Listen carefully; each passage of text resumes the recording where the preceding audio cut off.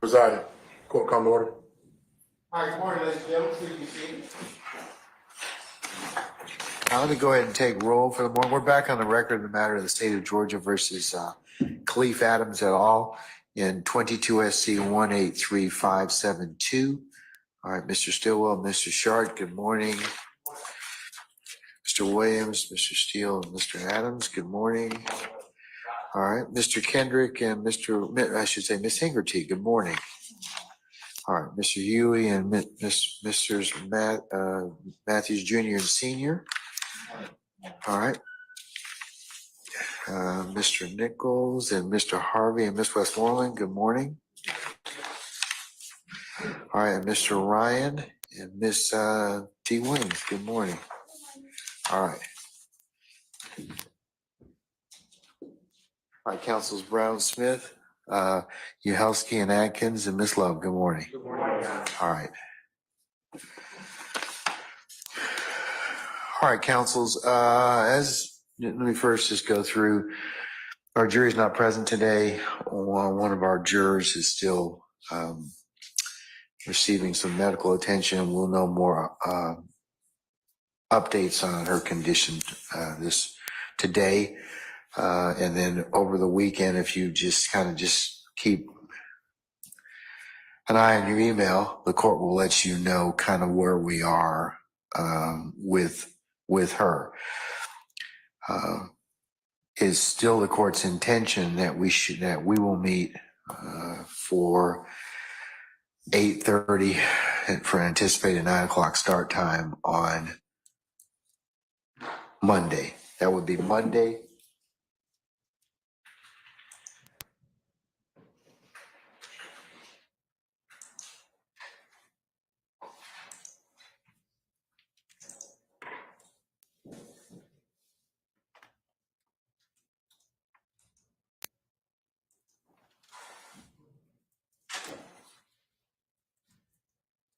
Monday the 6th of May. And today being the 1st of May, and happy Law Day to all of you. All right.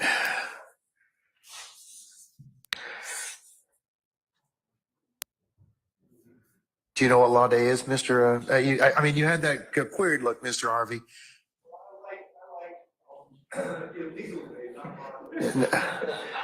Well, Dwight Eisenhower, when he started this in the 50s, I want to say 53 or 56.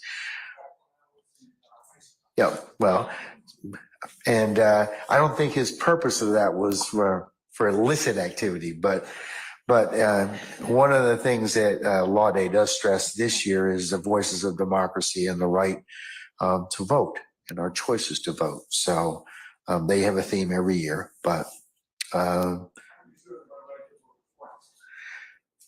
you're from the Louisiana plan? Okay, all right, I just wanted to make sure. Okay, all right. So, but voting is very important, as you all know, and our elected leadership and those people that we all select. So please, to the extent that you can, always keep that in the forefront. But lawyers share a special role in democracy, and as I told the commission this morning, we all have roles to play, and they're very important roles in society, and that we are living testament to what happens in a courtroom every single day. So, but I digress. Okay. The reason I said Monday as well is I would like to try and have a discussion in the off chance that our juror is out for a period of time. I'd like to have a contingency plan on dealing with some of the issues that we may come up with. And what do I mean by that? I mean, voice recordings, jail calls, and videos. We have a number of things that kind of have come up historically with those. So I kind of wanted to ask the state and the defense to identify those. We'll start with the state. Identify those recordings, jail calls, and videos you plan to introduce over the next probably 30 to 60 days, so that we can have some discussions about them and or some hearings as to them, and that will expedite some of our some of our plans. Now that depends upon what the medical team tells our jurors, but my intent is to have just some flexibility with that and for us to maybe be able to take up additional business. So by Monday, State, I'd like you to identify those groupings of recordings. I don't care what witness is going to be foundationally admitted through, those calls, those videos, those pictures, so that we can go ahead and clear any of that stuff or have at least get a jump on that while we are waiting on those things our condition of our juror. So is that possible for you to do that? I believe so, and Judge, will be, as far as the ones that may come up before 30 days out, will the court allow us an opportunity, or how would you like for us to handle those? What do you mean, the ones that are like coming next week or what, or we're supposed to come next week? Right, we've identified those, and those are the subject of one of the motions that was filed on the 15th by Mr. Williams. We can address some of those at the court's pleasure today.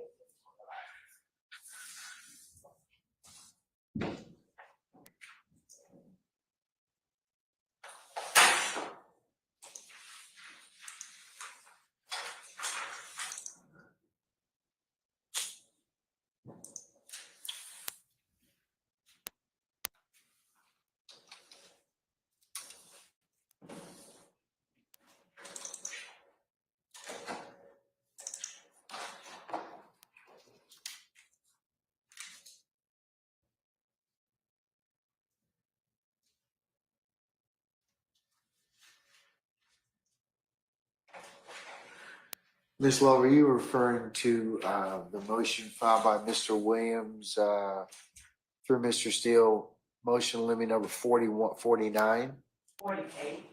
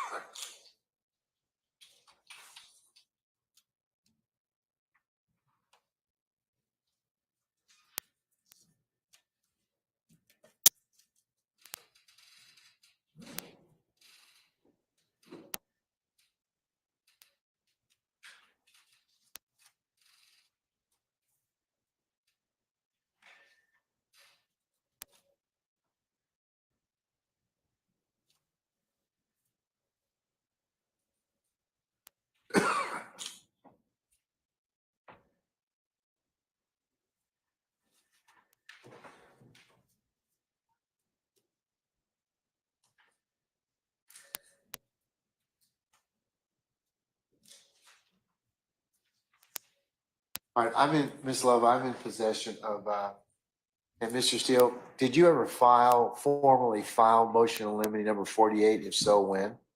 I have a copy of it. You were kind enough to send all the litigants a copy of that, but did you file it on a particularized date, sir?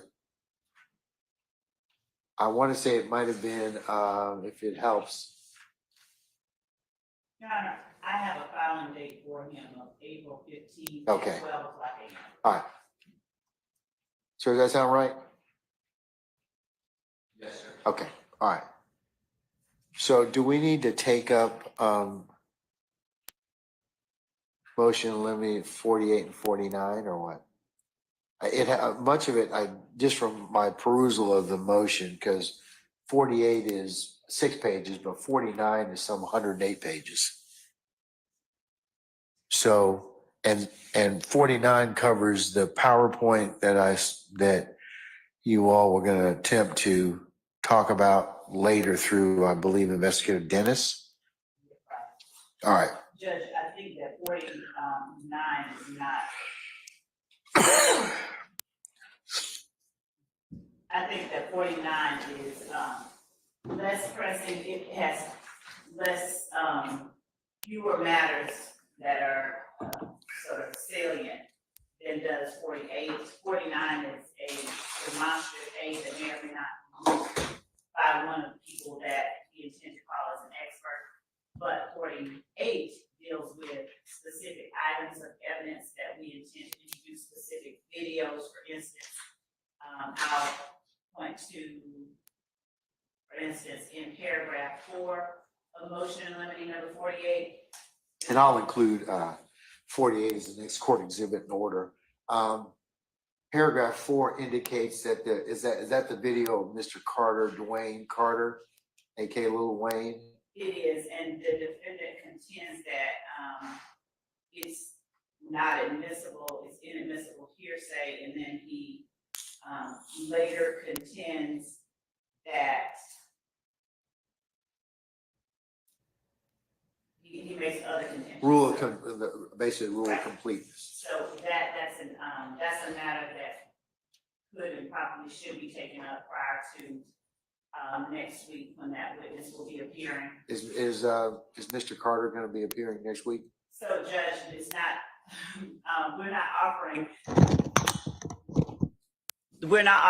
the video for the truth of the matter asserted. So it's not hearsay, Your Honor. What it is, however, is First, evidence. answer my question. Is Mr. Carter appearing next week as a witness? We will not be calling him next week as a witness. Okay. All right. So continue with why are you trying to play the video? Your Honor, the video is evidence. One, is relevant. It makes a matter more likely than not in this particular case that is material to be true. So therefore it's relevant. The video itself is evidence of the relationship between the parties, or the Parties of whom? The parties being Mr. Williams and Mr. Carter. The reason that is relevant is the court has now heard testimony that one of the alleged co-conspirators and co-indictees in this case, Jimmy Winfrey, went to Mr. Carter, Lil Wayne's appearance at the compound, and later he shot at the bus that Lil Wayne was on. Additionally, the court has already heard testimony that Mr. Winfrey indicated that he would spray the bus and that he was leading a group of 25 or 30 people. I can state that the court will later hear more evidence about who those people were. But additionally, the court has heard testimony, or evidence rather, in the form of a prior inconsistent statement of Mr. Walter Murphy, which therefore is substantive evidence that Mr. Carter was Mr. Williams' enemy. That's the way that they saw him, that they went to the appearance to disrupt the appearance, to boo and hiss. So the information in the video that Mr. Carter posted on his social media site is information telling the public to not buy Mr. Williams' record. We also will be showing the video of Mr. Williams posted in the first part of the month of April, saying that he was going to release a mixtape under the name Carter 6, which was the album name that Lil Wayne was introducing, or at least was slated to release, but was not able to release because of disputes with Birdman, who was also mentoring Mr. Williams at the time. So there was this antagonistic relationship between the two that is played out over the course of time prior to the bus being shot up over social media. This video that we are intending to introduce is evidence of that, and we are offering it to show the nature of the relationship. So therefore it is intrinsic to what is going on and not being offered for the truth of what is being stated. What's the first 43 seconds indicate to the court, indicate for that purpose? So Your Honor, what Mr. Atkins has placed on the PowerPoint is a compilation video that contains not just Lil Wayne's assertions to the world about the Carter Six.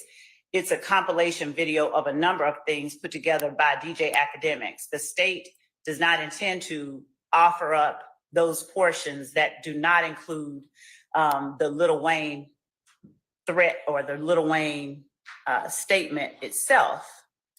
So the first 43 seconds, I'd argue it's not the first 43 seconds. I can actually play for the court the portion that we intend to introduce and the videos that we intend to introduce. But Detective Raisi, during his investigation of the Lil Wayne bus shooting, found not only this, but other similar videos that don't contain DJ Academics' breakdown of what the relationship is. Because the rest of it is DJ Academics' breakdown of what the relationship is, and the rest of it contains self-serving statements, I would argue, by defendant Jeffrey Williams that were not shot at the same time as the Lil Wayne statements at the concert. Who's DJ Academics? A person who was posting on social media that was chronicling, a blogger of sorts that was chronicling the relationship between. So is he coming, or she coming to testify? So we're not, no, DJ Academics is not, and we're not, again. How are you going to introduce these particular videos? Because Detective Raisi was able to pull videos, this one and others, off of relevant party sites. For instance, Lil Wayne, Dwayne Carter, posted certain things on his Twitter site. So we will introduce them, show the relevant necessary foundations for their admissibility through Detective Raisi, show the identifying factors, show whose site it was, show where he accessed it, and then introduce it as, again, intrinsic evidence of the relationship between Jeffrey Williams and Dwayne Carter. Also, just to give you additional information about that type of evidence, there is a video that we have included on our slide that is a series of posts on Lil Wayne's site, Young Who, and then he goes on. That was posted on April the 1st, 2015. For the record, I don't like to start beef when these artists like Young Thug approach me, they get smoked. That's Lil Wayne's posting. That was on April the 1st, 2015. And these are all things that occurred before we get to the April the 26th shooting of Lil Wayne's bus. Additionally, Your Honor, as I said earlier, there's a video of the defendant Jeffrey Williams talking into the camera that he posted, saying that he was going to drop his album on a certain date, and that his first showing, his first appearance with that particular album was going to be in Lil Wayne's hometown of Holly Grove, Louisiana.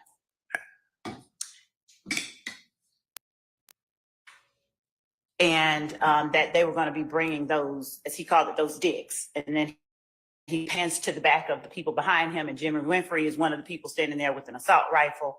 And there are other people in that video of defendant Williams with guns as well. So at the time, on the date, rather, that Lil Wayne made an appearance at the compound, defendant Williams was in Lil Wayne's hometown of Holly Grove, Louisiana, apparently getting booed on stage. So this video, again, is intrinsic evidence of the state of the parties, state of the people who are involved in this case, one of the defendants and one of the victims. Okay. We can play that at the court's pleasure, for the court. Okay. Since Mr. Steele in his motion has also referenced the Supreme Court's recent pronouncing in Baker, case number Sierra 23 Alpha 0860, decided March the 5th of this year. and 403, what is there any distinction between that in this particular, what you're trying to elicit or establish? There is, Judge. That actually, the Baker ruling would have no impact on this evidence. And why? Because this particular video that we are introducing is of a victim in this case, Dwayne Carter, and it is evidence of the relationship between him and a defendant in this case, as opposed to in Baker, the video was simply shown apparently for the prejudicial impact it would have on the jury. It didn't have any, there was no nexus, there's no relationship between the alleged murder in Baker and the video of the defendant with a gun or assault rifle, whatever it was, in Baker. There was literally no connection. It was, they argued, and on top of it, the prosecutor kept referencing the video as proof of his violent nature, his propensity to do certain things with guns. This is not that type of situation where there's not even a connection. It's not offered to show anyone's character. It's offered as evidence of the relationship between the aggrieved and the accused. Okay. All right. Why wouldn't you be introducing the entirety of the video under the rule of completeness? Well, we have, again, multiple videos capturing Lil Wayne's pronouncements at the concert. So we would not be introducing the one where DJ Academics makes a compilation video, because under the rule of completeness, compilation video would not, it contains Who made the difference. compilation video? DJ Academics.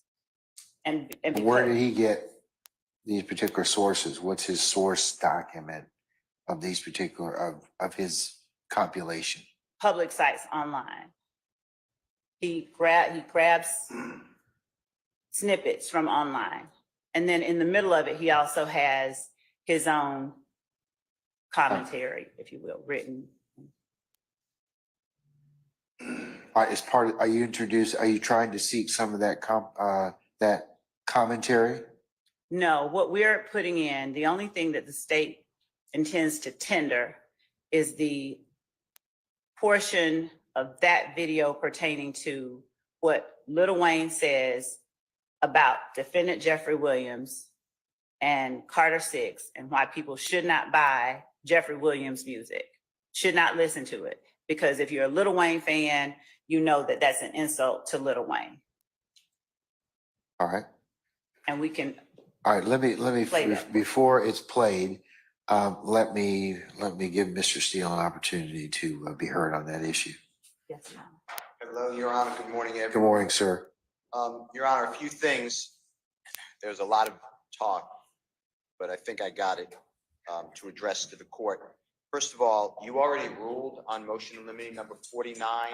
That's why it's 100-something pages. I attached the entire exhibit. The state said that they just gave us the exhibit. They were not going to Tender it.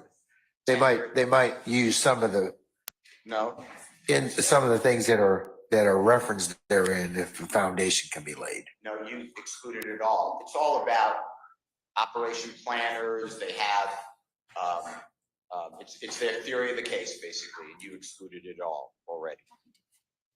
In motion, if I need to say anything more, I will, but that was your ruling.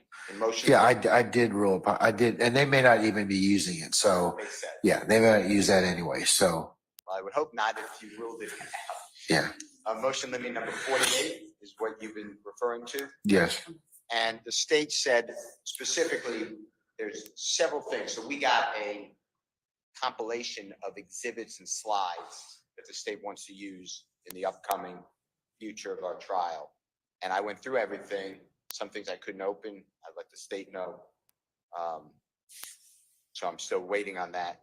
But everything I did see that I had an objection to, I raised an objection specifically.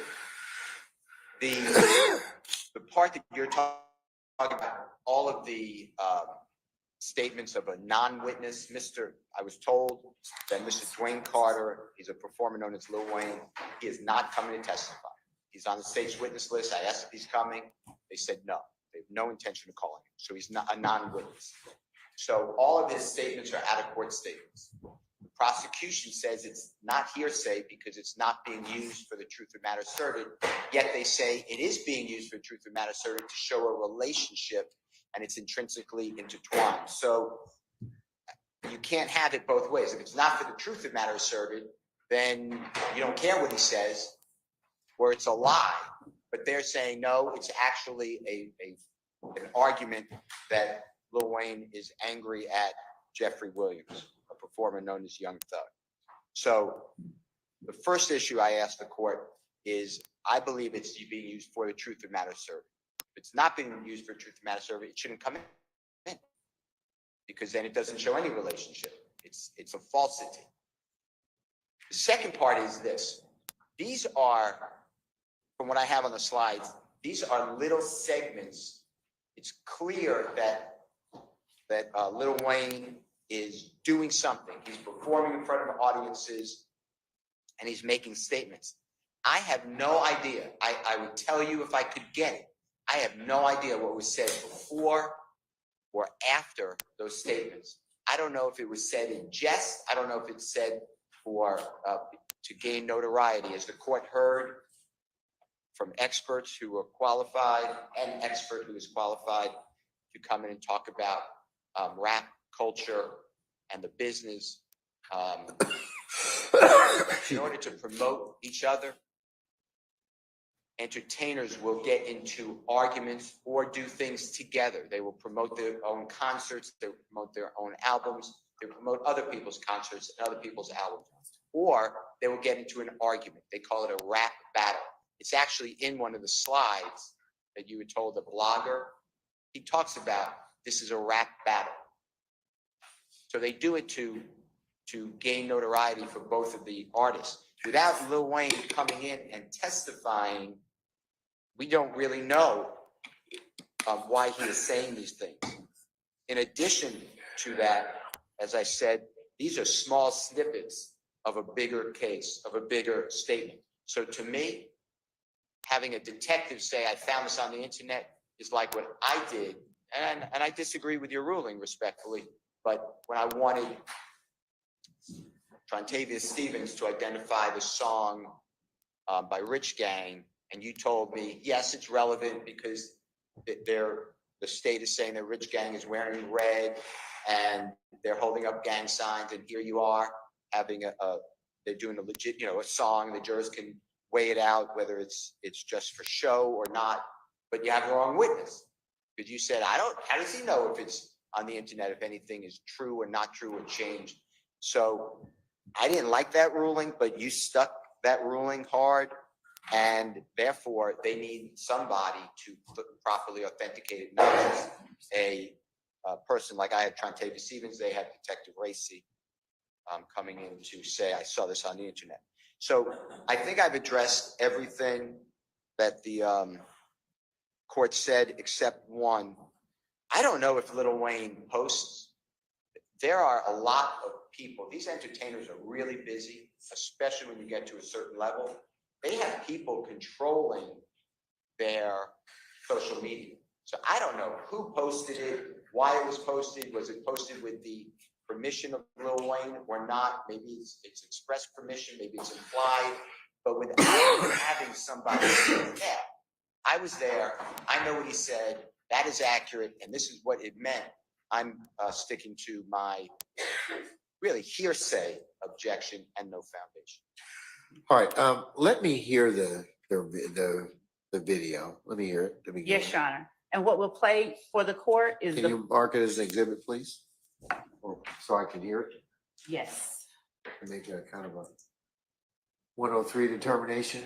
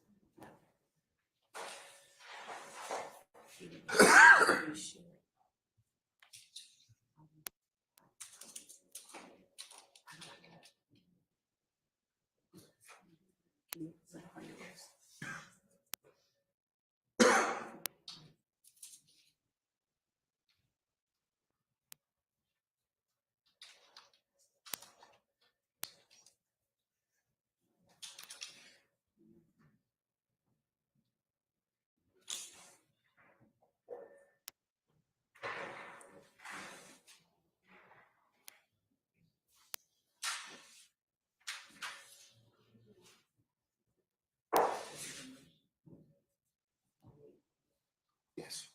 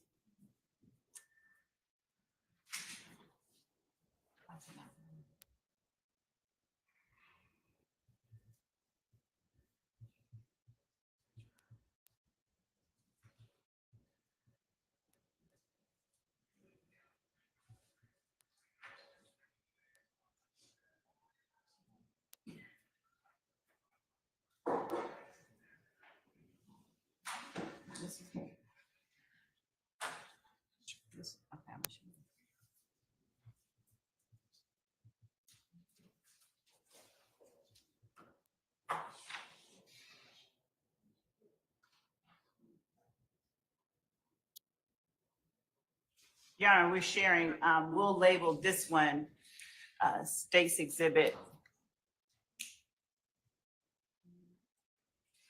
1 Zeta. Zebra. 1 zebra. Zulu. The Mr. Atkins is the military person. Your Honor, if one thing you can do, I'm just. please, is that you show Chief's mentor your colleagues. Yes, Your Honor. Or as they say, hua. So State's Exhibit 1 Zulu, Your Honor. Yes, and 1 Zulu is a, well, I'll just play it. I will take, I'm sorry. I'll take a look at what Zulu's for the purposes of making one of three. Okay, and to be clear, this is not the compilation video. This is another one of the videos that we served in discovery that contains, this is part of what is in the compilation video. So it's a separate video than the compilation video. This is the part that we would be entering. So we would not even need to enter the compilation video to tender the video that we're showing to the court now. So are you saying, I want the defendants to understand, they understand this as well. Even though you've given them this compilation video, it is your intent to just introduce this particular slice of, if you can lay a foundation as to time, place, and anything else, it's relative to lay that foundation. Is that what you're saying? Correct. This is one of the slices, and if there are others, it would be the same situation. So I wanted to just deal with them one at a time because this is Let's do it first. okay.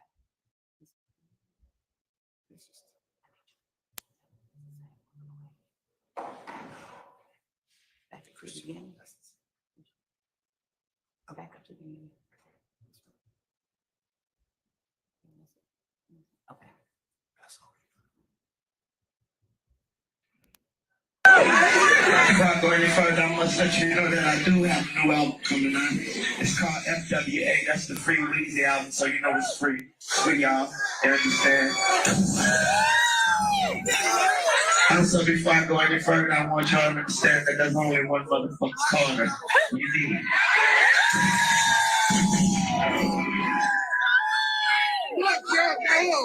I'm saying before I go any further, I want y'all to do me a favor. If y'all ever have Rich Gang or whoever it is in this motherfucker, y'all let them know I said fuck.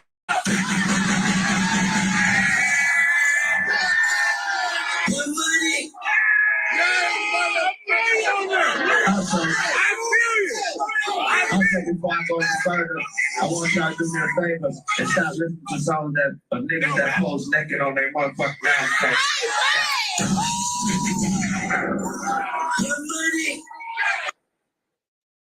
So that's one of the portions that's included on the compilation video that we have as a separate video that we would be tendering.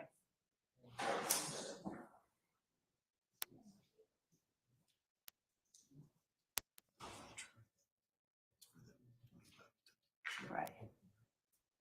And when the court allows, I will speak more.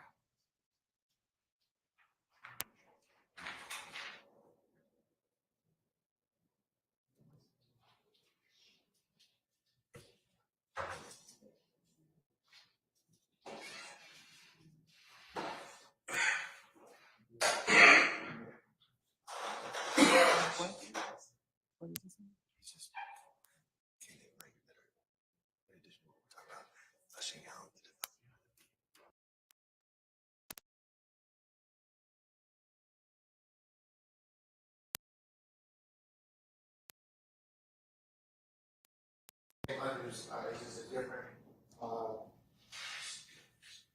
it's exhibit. We will, just 1 second.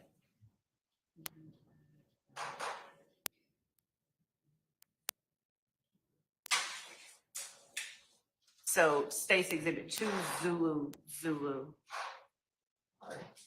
will be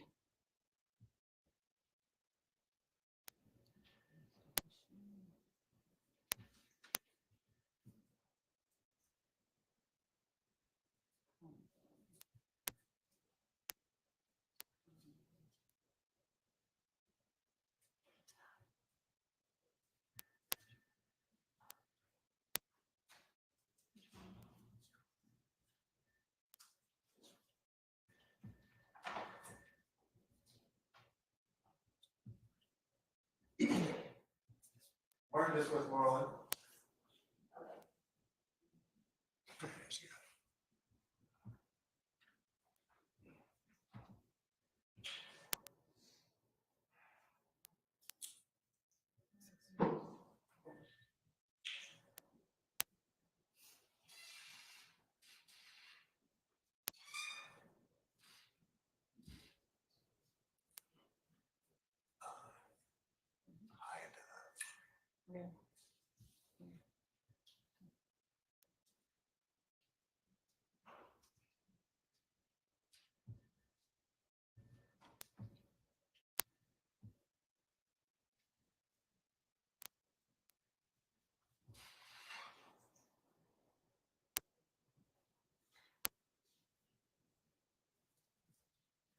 all right. We're having some technical difficulties. We can stop the share and clear the records.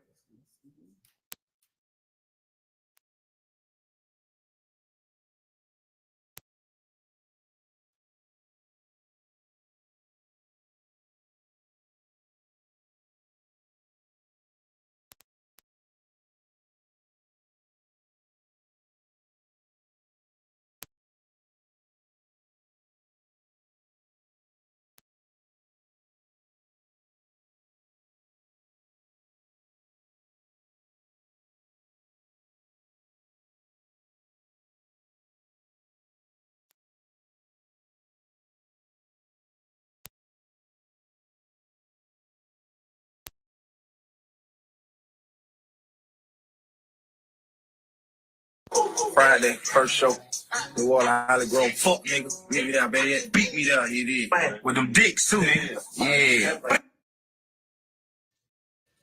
So that's State's Exhibit. Yes, Your Honor.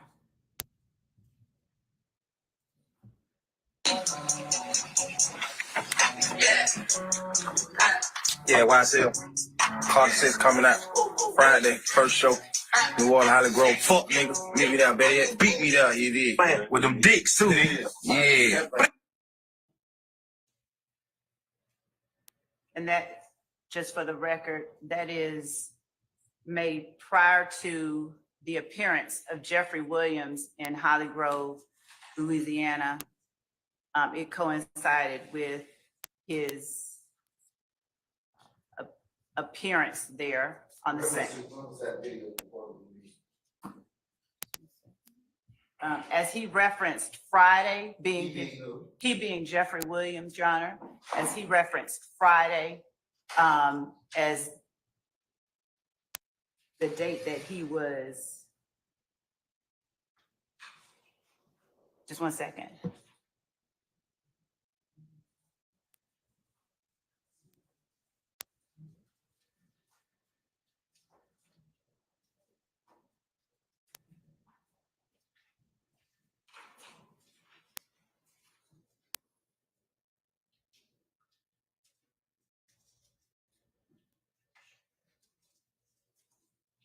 As he is referencing being in Holly Grove, Friday, the video would have been made the week of April the 26th.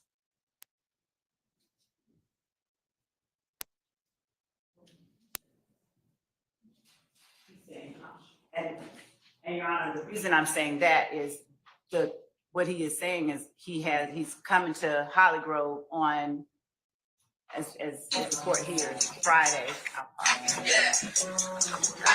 Yeah, YSL. Carter 6 coming out Friday, first show. New Orleans, Holly Grove, fuck nigga. Meet me there. Okay, so Carter 6 has not yet been released at this point, and he references being in Holly Grove, New Orleans. He is in Holly Grove, New Orleans, the same night. Who being performed, Mr. Williams? Mr. Williams is in Holly Grove, New Orleans, on the same date, the same weekend that Dwayne Carter is here at the compound. And if the court will give me one more moment.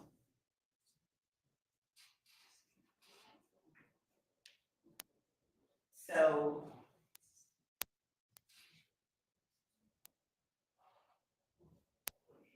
that was, and just by way of proffer, so on April 7th, 2015, Defendant Williams announced Carter 6 with an album cover and an April 17th release date. Then on April 10th, 2015, Dwayne Carter said, before I go any further, I want y'all to do me a favor and stop listening to, essentially, Defendant Williams. Then on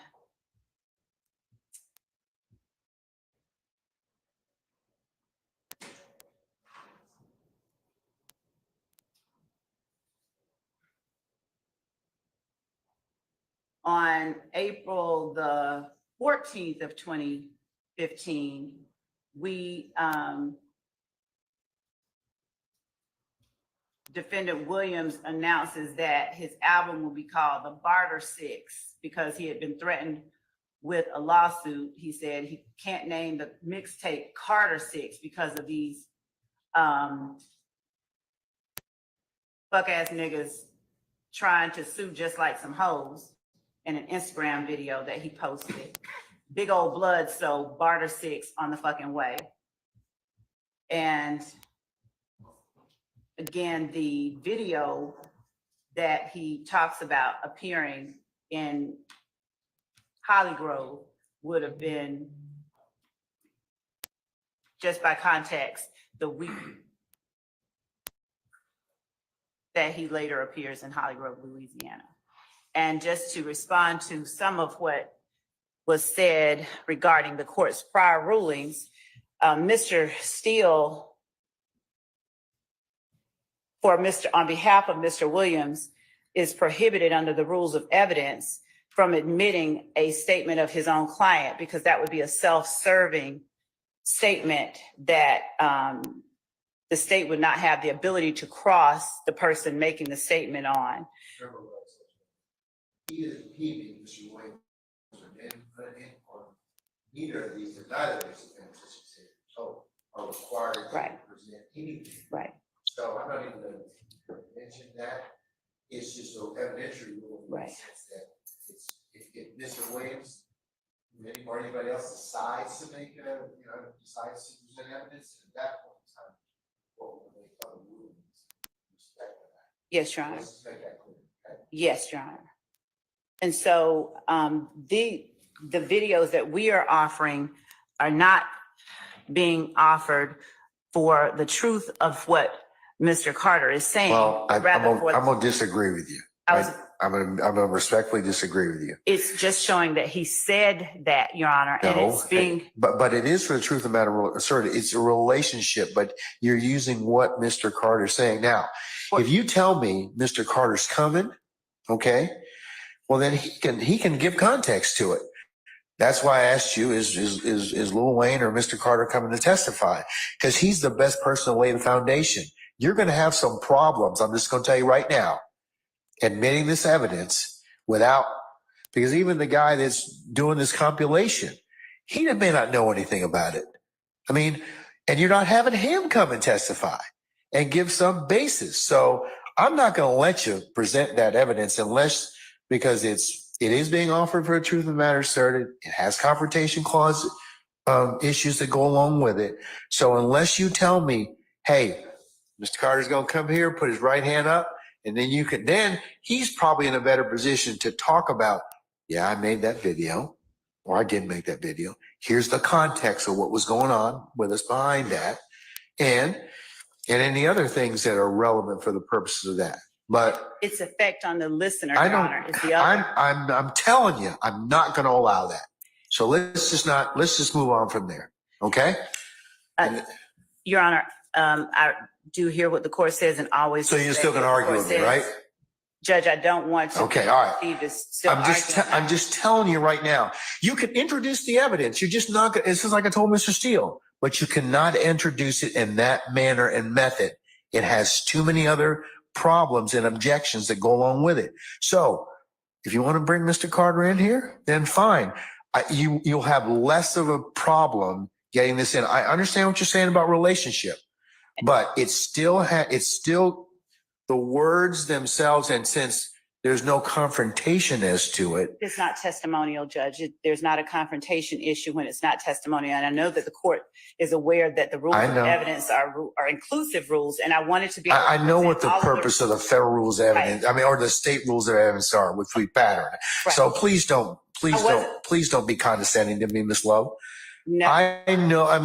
I rule upon the rules of evidence every single day. I get something right, something wrong, and that's the purpose. But I understand the object of the rules of evidence is to allow for most evidence to be admitted. However, it's got to be relevant and it's got to be for a particular purpose. Now, I'm telling you,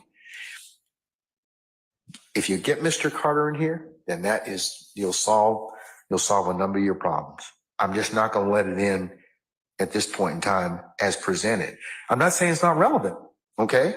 I'm not saying it's not for a particular purpose, but you don't have the right foundation. Your Honor, and the court relies on the officers of the court to present to the court the reasons why things should come in. And while I hear and understand what the court is saying now, the reason that I'm speaking is to ask that the court allow us to present to the court all of the reasons and ways that it is admissible without Mr. Carter coming in to testify, because that's what our duty is, to give to the court the relevant law that permits whatever evidence it is that we are tendering as evidence. So I'm just asking the court for permission to present to the court. Okay, how are you going to show context? How are you going to show context when you don't have Mr. Carter here saying what actually was being played and what he meant by it? How are you, because it's got to have some particular background, Your Honor, that would go or relevancy. Well, Your Honor, the relevance would be for, number one, we've said that the relevance, Your Honor, would be. The relationship, that's what you Right. said. And so But the actual statements themselves it would be for the truth of the matter asserted. Your Honor, it would be the fact that he said it. When we are saying that it is being offered for the truth of the matter asserted versus the fact that he actually said it, the fact that it is out there, the fact that this occurred, the fact that it is on a public site, its effect on the listener, Your Honor, that is different than whether or not what he is saying is true. Okay, so do you understand though that a detective is probably not the person that you probably, if you're going to say effect on listener, that it actually would have to be someone else? Because your detective is pulling this from a public site. He doesn't know the context. As much as he may be able to tell you, hey, I went to such and such website, whatever else, you're still going to have in the court's opinion, some issues in relationship to these particular videos that you've shown me thus far. And Your Honor, the context would go to the weight, not the admissibility. And that would be, as far as the context is concerned, that is not, the jury literally can look at the evidence and make decisions about how it views it. But context has not been a reason or something that makes relevant evidence inadmissible. Courts have consistently said that is exactly the kind of factor that goes to the weight of the evidence itself. Okay, And I got it. It's still going to be a foundation issue. That's what you got to overcome. I'm telling you right now, you just like I told Mr. Steele. And Your Honor, the reason I'm talking is that you got to have the person that is here. I mean, you need to have. That's why I asked you. Is there any reason you're not bringing Mr. Carter in? Well, he's on your witness list. And Your Honor, that may still happen. And the reason that I made the statement that I made about the difference between the video that Mr. Steele was tendering and the video that we're tendering, Your Honor, not was to comment on whether or not he had to present evidence, but to point out. But I'm very much sensitive to the fact that you cannot. We don't want to burden shift, and we don't want to potentially do anything because the defendants can decide what they want to do at the appropriate time. So we're not going to compare Mr. Steele and his particular. That was just an objection I made relative to the situation at hand, and I thought it was a good ruling at that point in time. I'm still going to stand by it. But it was, and Your Honor, I only said what I did because the comparison was drawn before I stood up. And the reason I'm bringing it up is that the court did not rule. It's a different situation entirely. The rules of evidence would not allow. I get that. Yes. So that's we're going back through that again. Okay. So, but tell me, but in this particular circumstance, I still think it's going to be, it's still going to have a foundation issue now, which may be cured by you calling Mr. Carter. And you said you may call him sooner or later. If you call him, then I think that probably has some of it. Mr. Steele, were you going to say something? I didn't want to be rude at all, Your Honor. Since you ruled on this 3 times, I was asking if I could just go outside and wash my hands and come back. It keeps going on and on. No, you're welcome. You're welcome, Jay. As long as your client and knows and acquiesces, I don't have any issue with that, sir. All right. Do you wish to be heard on this issue anymore, sir? No. Okay. All right. Okay. Your Honor, I also have, and I will give to the court cases when the court permits me on this matter as well, because it's pertinent and it's my duty to present to the court the cases. So when Mr. Steele finishes washing his hands, Your Honor, I will present those cases. I got here.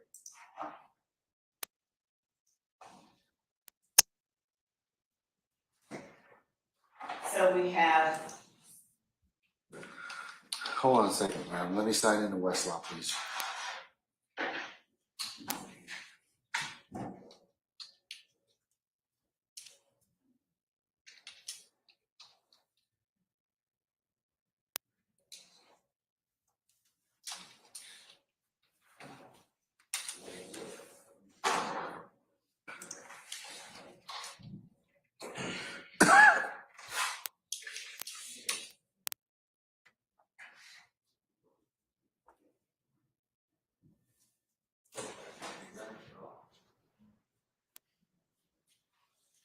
All right, I'm ready.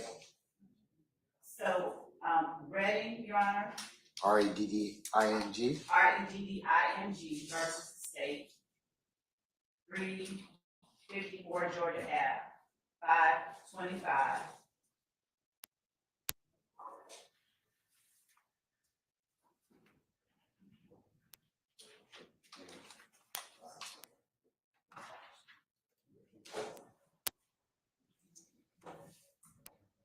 Three 354 Georgia Appeals, what? 525. Thank you, councils.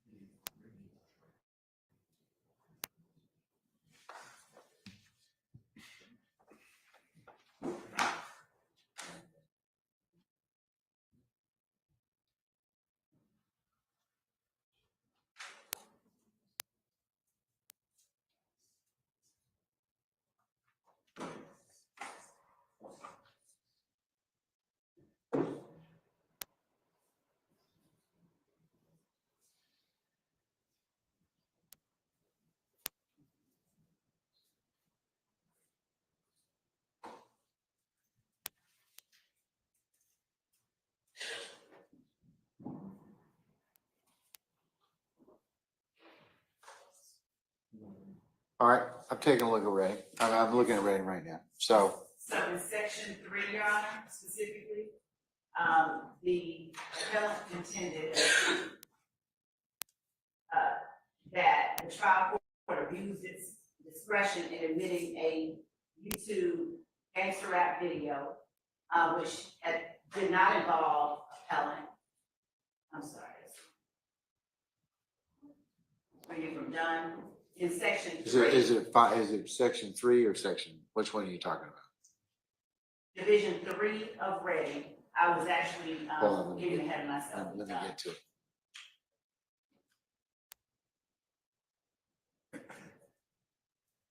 Seventh enumeration error, okay. Yes. Is that it? Yes, enumeration of error, Reading maintained that the trial court erred in admitting the YouTube video and other social media exhibits without proper authentication. And the court noted that the rulings on exclusion or admission are reviewed for a clear abuse of discretion. They then go on to point out that the Supreme Court has explained that documents from electronic sources such as printouts from websites like MySpace are subject to the same rules of authentication and may be authenticated. That's authentication. That's not Right. foundation. Right. Okay, that's different. And here, That's different. so here, Your Honor, in section, in I got, yeah, paragraphs down, it says that the investigator explained how she located the YouTube video and other social media postings through a search using known information and identified the materials at trial as those she had located on YouTube, and that they depicted 30 Deep and Goodfellas gang members, including Redding, whom she recognized from prior investigations. This was sufficient to authenticate the social media exhibits. The law enforcement's testimony, and then they go on to cite Blackledge. And they then said that the enumeration of error was without merit. Your Honor, pushing forward additionally, as we relate to, as the court has said, when authenticating evidence, the where are you proponent, talking about? Where's that coming from? we are, I got it. I'm sorry. I'm with you. Okay. All right, go ahead. When authenticating evidence, the proponent must present sufficient evidence to make out a prima facie case that the proper evidence is what it purports to be. Once the prima facie case is established, the evidence is admitted, and the ultimate question of authenticity is decided by the jury. They cite Henderson. Where is that? Therese, Where is that in in Reading? Your Honor, it comes from Brantley versus the state, 370 Georgia Ave. Is that cited within Reading? No, Brantley is a 2024 case, which We skipped to something else, so. so I was actually, they're echoing the same principles, Your Honor. That's my apologies for not being clear. So what is the site for Brantley? Is it Brantley? Yes, versus the state. 370 Georgia Ave, 757 at 370 what, Georgia app what? 757, Penn site 767. And it's a 2024 case.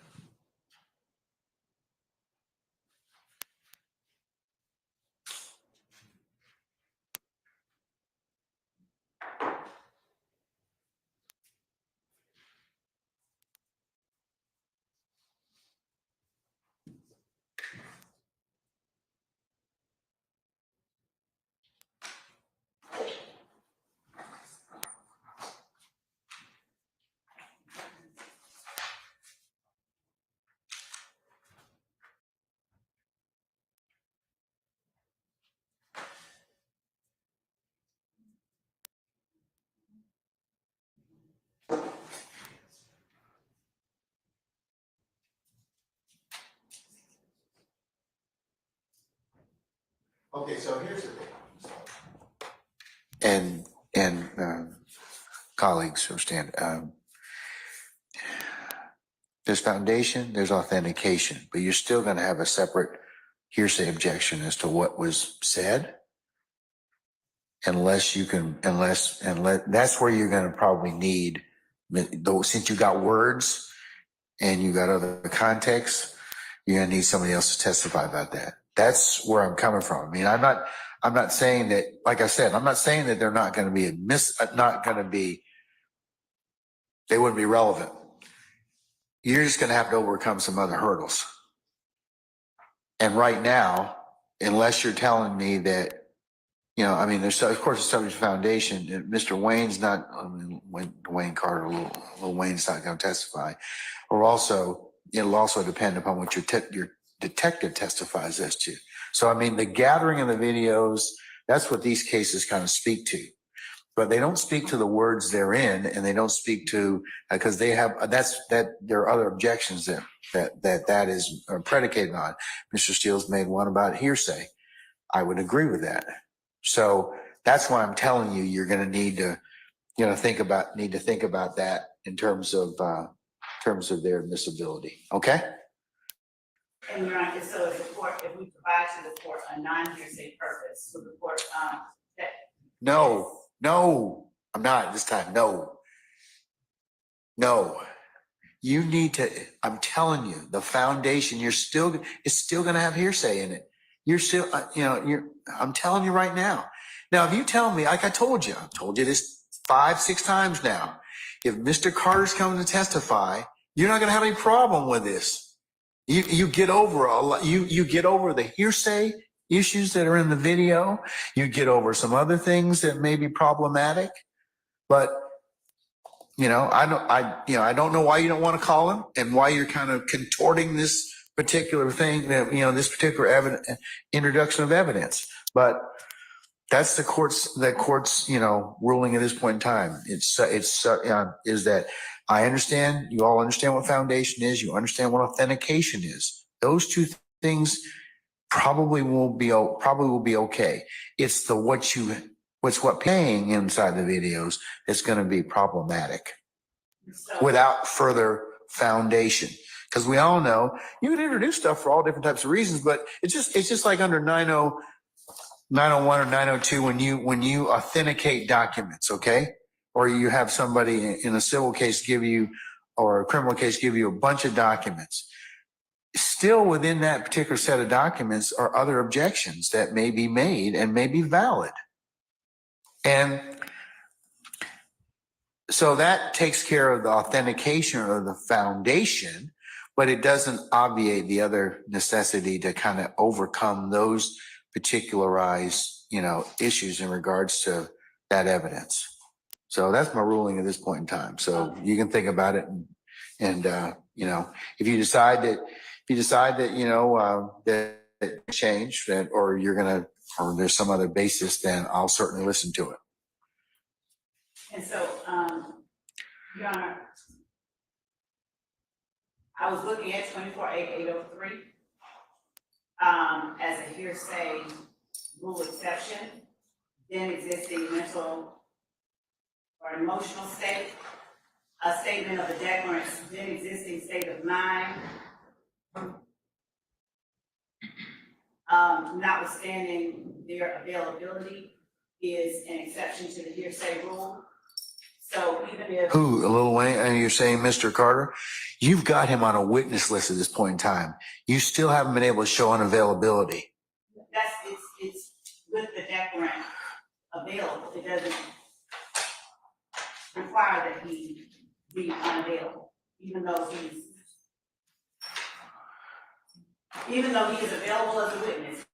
It shall not be excluded by the hearsay rule, even though the declarant is available as a witness under 24-803. There are other exceptions as well that I will present. Mr. Steele?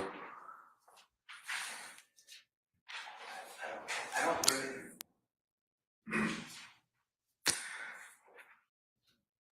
So anyone's state of mind when they're speaking then, according to what I just heard, then you don't have to bring them in court. Yeah. I'm not buying that one, Miss Love. try another one. It seems like you all are trying really hard not to call Mr. Carter. And that's your choice. If you don't call him, then, you know, my ruling will stand on these particular, the exhibits that you're trying to introduce at this point in time, as it pertains to states 1 Zulu Zulu and 2 Zulu Zulu. Your Honor, well, 2 Zulu Zulu is defendant Jeffrey Williams. That's a statement of a party opponent. So Okay, that's all right. different. But the reason that But state 1 Zulu, and you are correct. I would probably say you're correct as to that over Mr. Shields' objection. But because we've had discussions about that before in prior. But as it pertains to 1 Zulu Zulu, I'm not going to permit it at this point in time. yes, Your Honor. And Your Honor, I will not persist in presenting other alternate reasons for admission. Your Honor, what we'll do is if there's a need to supplement the state's position, we will do so in writing. And Your Honor, I believe that it is our duty, if there is a evidentiary rule that keeps relevant evidence from being excluded, I believe it is our duty to present that to the court. And that is the reason that we speak despite objections to our efforts to present the court with the relevant law and the relevant rules that allow for the admission of evidence, because again, that's my duty to do so. So that's what I would like to do. I will supplement the state's position prior to presenting anything or even attempting to, and I will let the court know well in advance of any additional rules that we have to offer to the court that allow for or that would keep this evidence 1 Zulu Zulu from being excluded, considering all that we've said. I'm not saying that 1 Zulu Zulu can't be admitted. It's just, it's subject to some foundation at this point in time. Foundation authentication, assuming you can get over those two, then it's going to have some other additional objections that the court, may have to rule upon at that point in time. But, I've given you my thoughts. So, I'm trying to make it so that at least we can kind of be as efficient as possible. Right, and that's why I'll go ahead and I'll pause on that, and I will just present any supplemental authority for our position to the court in writing and counsels for the defense, so that the court has an opportunity to read it well in advance of us tendering that evidence. Just don't do it. We won't. Just don't do it so close enough to the, just don't do it either. And then give the court enough time to and your colleagues across the way enough time to respond. We definitely will do that. We will not hamper. All right. Do you have any other tapes or any other videos you wish to go ahead and talk about at this point in time? Just 1 second.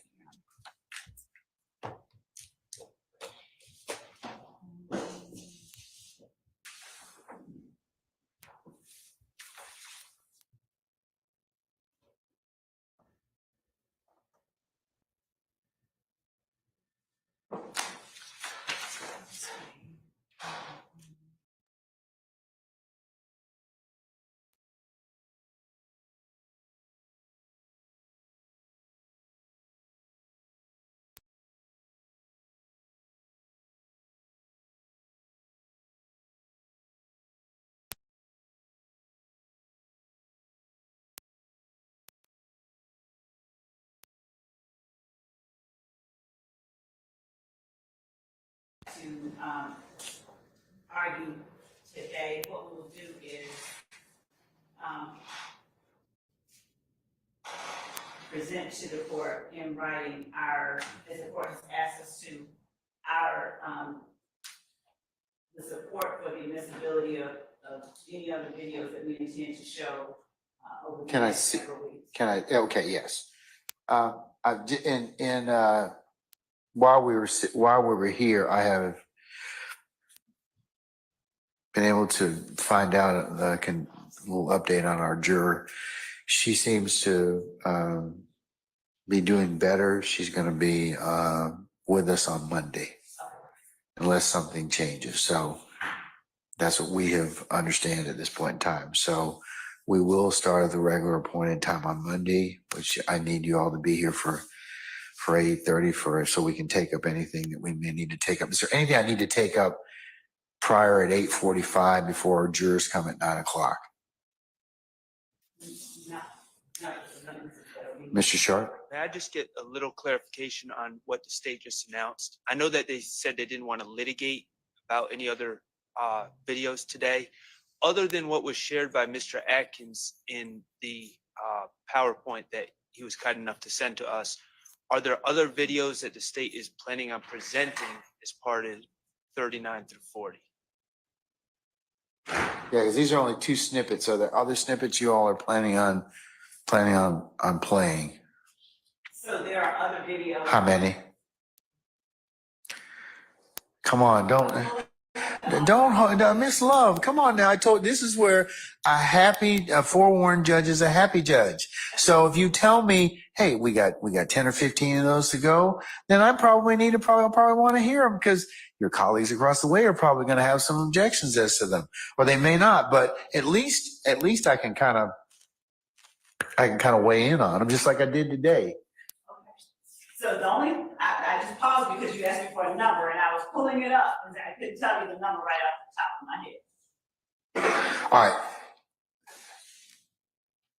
Who are we calling? I mean, I know you said that we were going to be calling on Monday. We are calling Ms. Latner. Okay, so we're going to recall Ms. Latner's or continue with her testimony. And then who's next after that? Mr. Alvin Lewis. Okay. And then who's after that? Mr. Lewis. All right. Is he going to have any videos or any other? Okay. All right. So, and then who else do we have after that? We'll have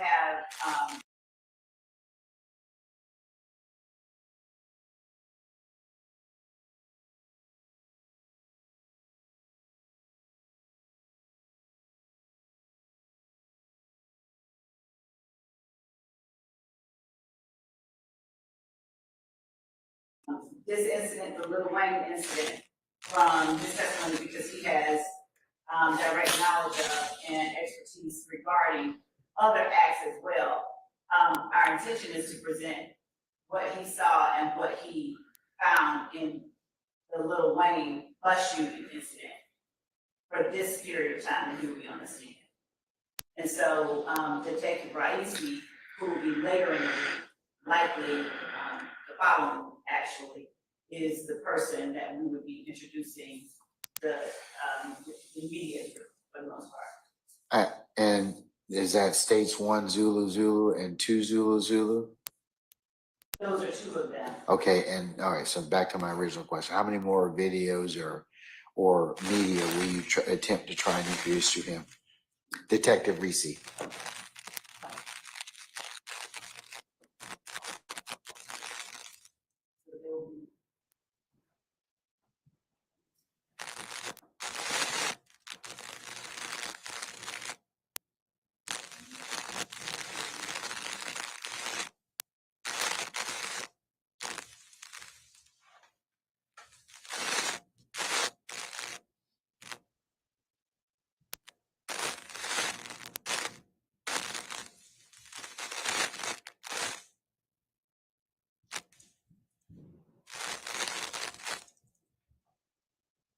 Something like that.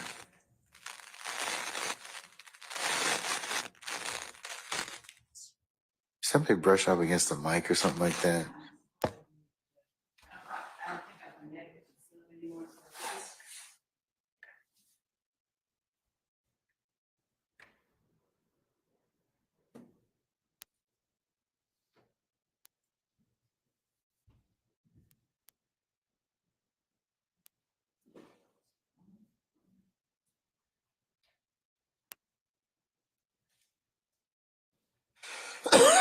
Excuse me.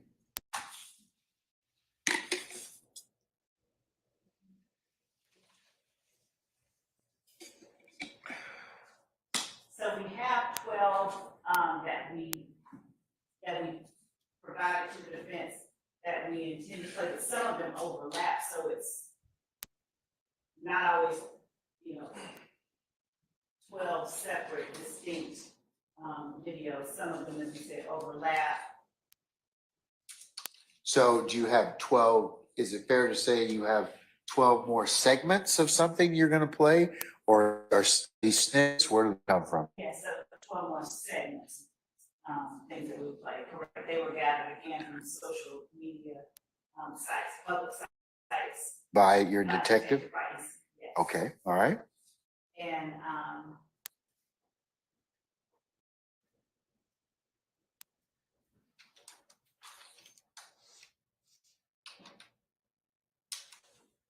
Do you have those, how long are the length of those snippets?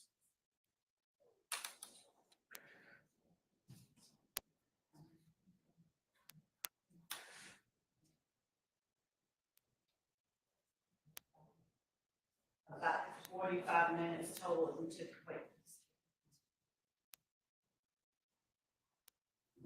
40.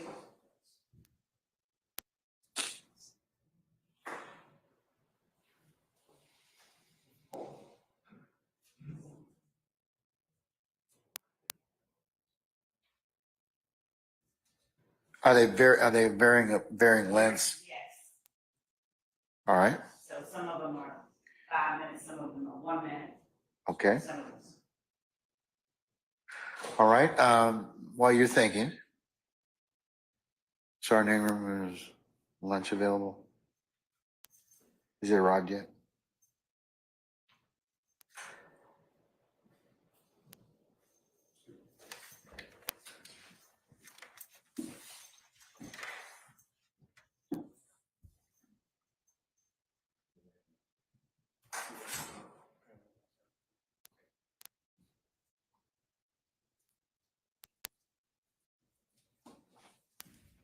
Are you going to do, councils, your clients, I believe, have lunch available, so we're gonna, I'll just go ahead and take a recess.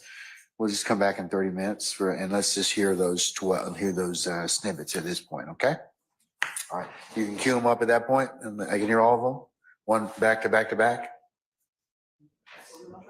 Okay, all right, I'd just like you to label them as well, so that I know what I'm listening to, so if it states, for example, 3 Zulu Zulu, so I can at least have a basis to flag it and we can talk about it. And then because we're labeling them for the purpose of this hearing. Yes. If the court opposed to for the purposes of trial, they won't have the same exhibit number. You'll just need to rename them as identified when we had this 103 discussion, okay?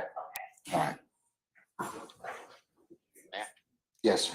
Your Honor, in Mr. Williams' motion limiting number 48, also if everyone during the 30 minutes can just look at paragraph 7, if you don't mind, if that's okay. I itinerized or separated the objections. Like we have like hundreds, if not thousands of jail calls. We don't have specifics to them. There's things in here that I have no idea how it's relevant. I just don't know who these people are. So those items would help too. Is that in Mr. Williams 48, Yes, sir. paragraph 7? Correct. Okay, Thank you, sir. all right. All right, we're in recess. I'll see you right back in about 30 minutes.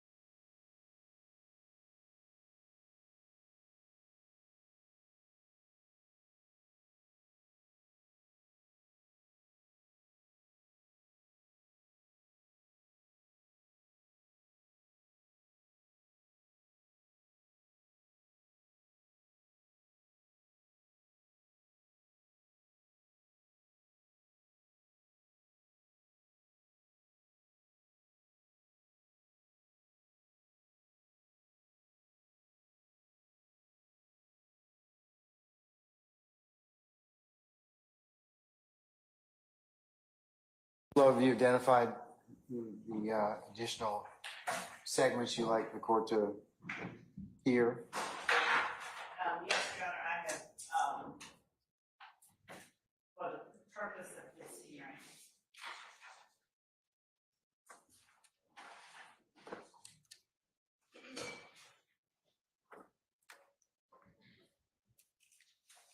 I have labeled additional segments as 3 Zulu Zulu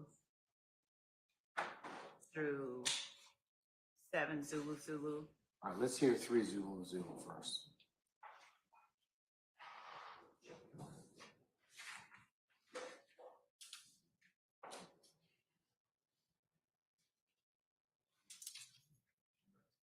And 3 Zulu Zulu, just so that the record is clear, it's a Twitter series of tweets from Dwayne Carter's account, but they are strung together in a video form, and it's about a 2-minute video.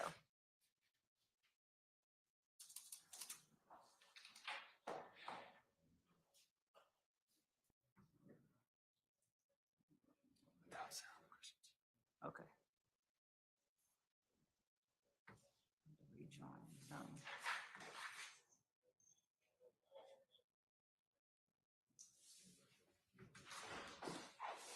And my apologies, I think I have to be let back into the Zoom feed.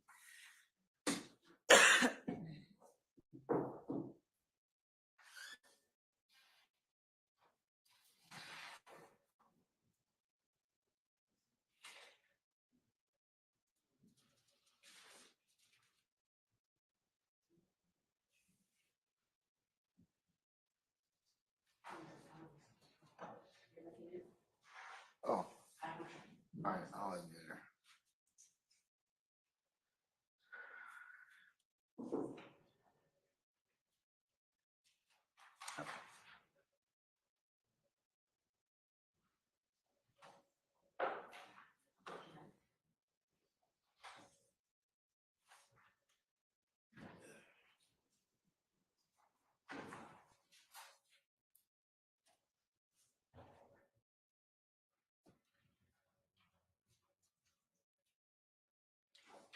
And so this is the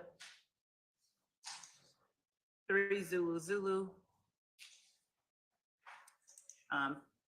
posted March 19th, 2015. Dwayne Carter, my legacy will still be continued by me.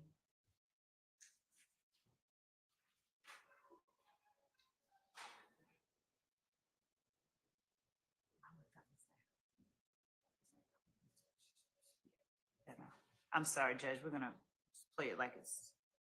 I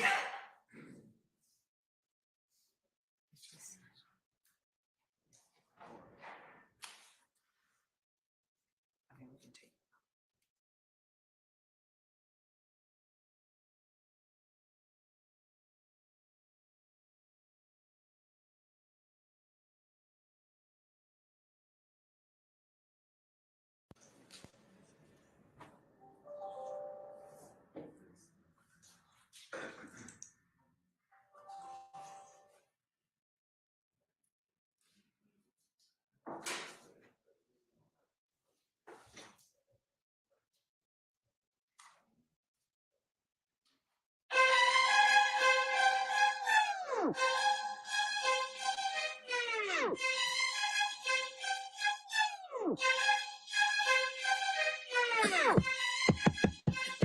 Just so that the record reflects what's on the screen, the Carter's gonna be late, but wait on it. Don't listen to them fakes.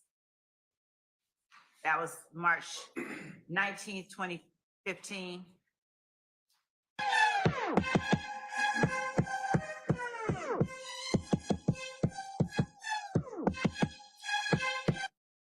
The next tweet is my legacy will still be continued by me. Fuck them fake ass thugs, word to Slim.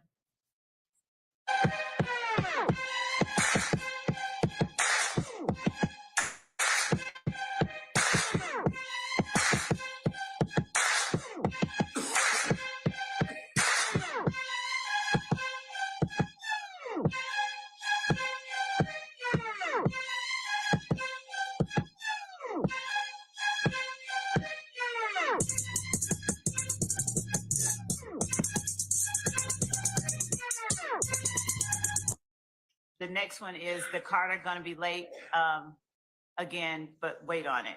Don't listen to them fakes. The next one is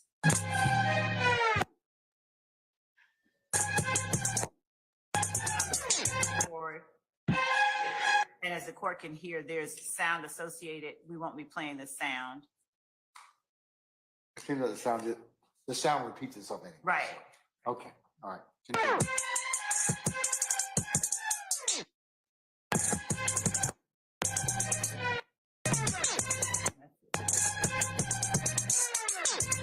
And that's the extent of State's Exhibit 3 Zulu. That's the tweets that the court just saw from March 19th, 2015.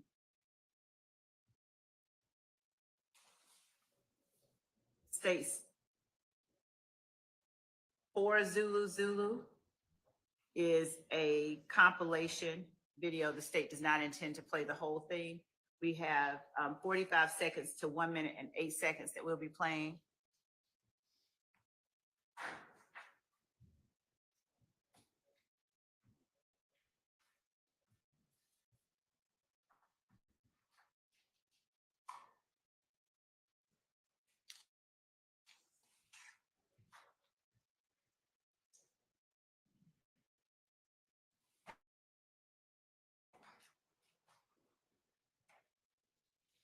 I'm gonna fast forward it to 45 seconds.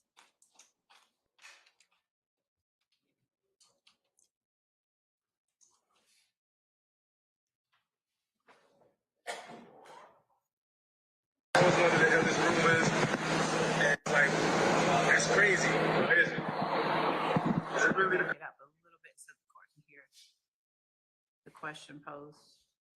That's my commentary. really doing the Carter 6? I gotta ask you. Yeah. I was one of the illest rumors, and like, that's crazy. Is it really the Carter 6? I don't know, cause Wayne coming out with more albums. So I don't know if he gonna name one of them the Carter 6. It depends on what he named his album. Or if he leave that lane open? Yeah, I'm going. Carter 6. 10. He did 1 and 5, 6. I just watched it. Okay, that was 45 seconds to 1 minute and 10 seconds. And then the next segment is 1 minute and 59 seconds to 2 minutes and 13 seconds. Before you go on again, let me hear that one more time, please. Yes. I'm going to start right before, but we don't intend to play the female blogger. The rest of my commentary. Really doing the Carter 6? I gotta ask you. Yeah. I was one of the illest rumors, and like, that's crazy. Is it really the Carter 6? I don't know, cause Wayne coming out with more albums. So I don't know if he gonna name one of them the Carter 6. It depends on what he named his album. Or if he leave that lane open? Yeah, I'm going.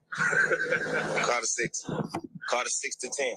He did 1 and 5. I'm do 6 to 10. I just watched that interview. So he said that he wants to name.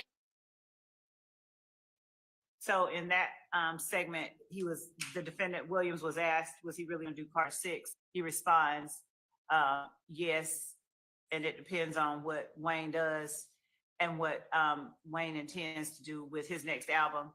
He says that Wayne did 1 to 5 and he's going to do 6 through 10. And that's segment 45 seconds to 1 minute and 10 seconds of States 4 Zulu.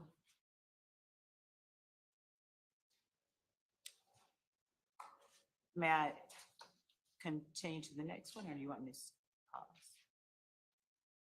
All right, okay. Okay, so going to 1 minute and 59 seconds.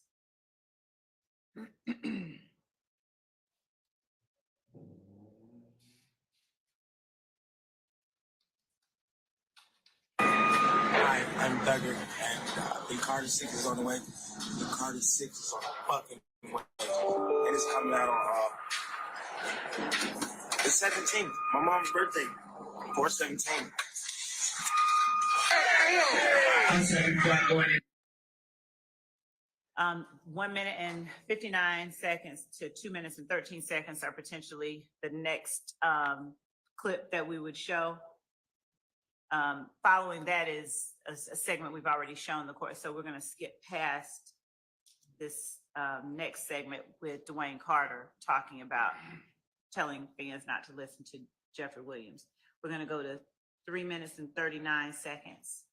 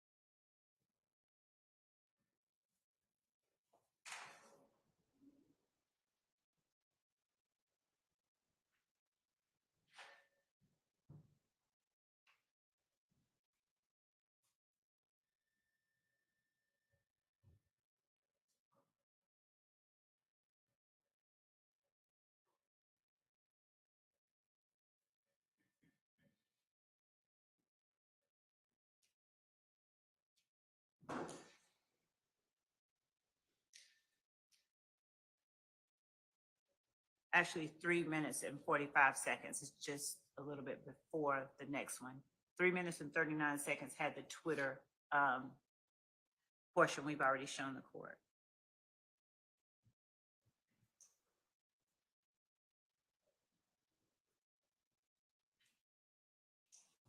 They put an end to the whole Carter 6 fiasco. Lil Wayne is suing Young Thug. So right now, Young Thug cannot come out with the Carter 6 album. And he basically announced that today on Instagram. Young Thug was really pissed off. Go ahead and check out what Young Thug had to say about the situation right here. Can't name the mixtape Carter 6 because these fuck ass niggas trying to sue. Shit like some hoes. Big old blood, so I'm going to bottle 6 on the fucking way.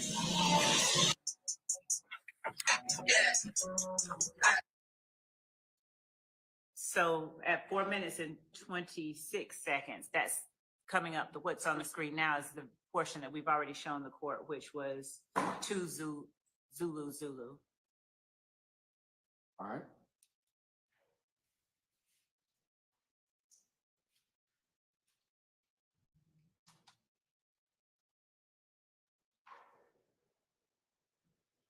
State's exhibit.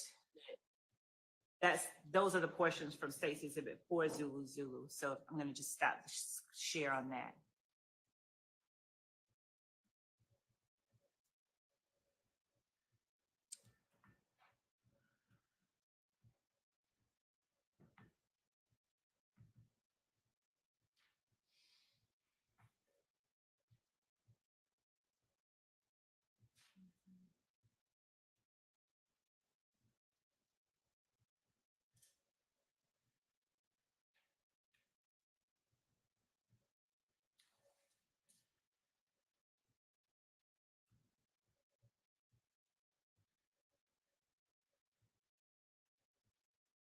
State's exhibit 6, Zulu.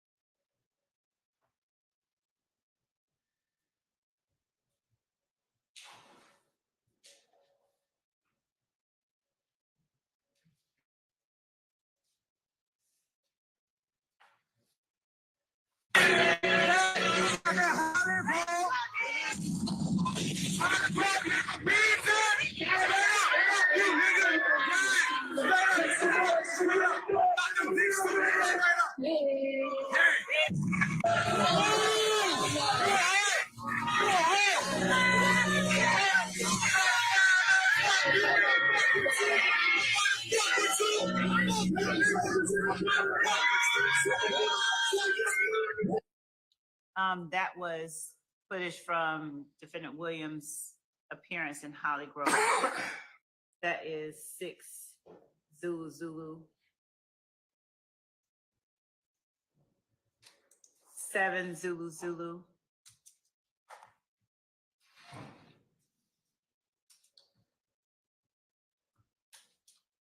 Is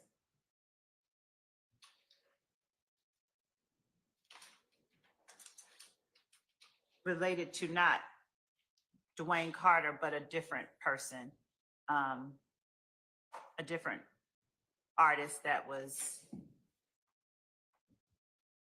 looked into. The footage itself was looked into by Detective Rice. Who and for what purpose? This is after Defendant Williams began an online disagreement with an artist called The Game. After The Game sort of dipped into the conversation or disagreement between the defendant and Dwayne Carter.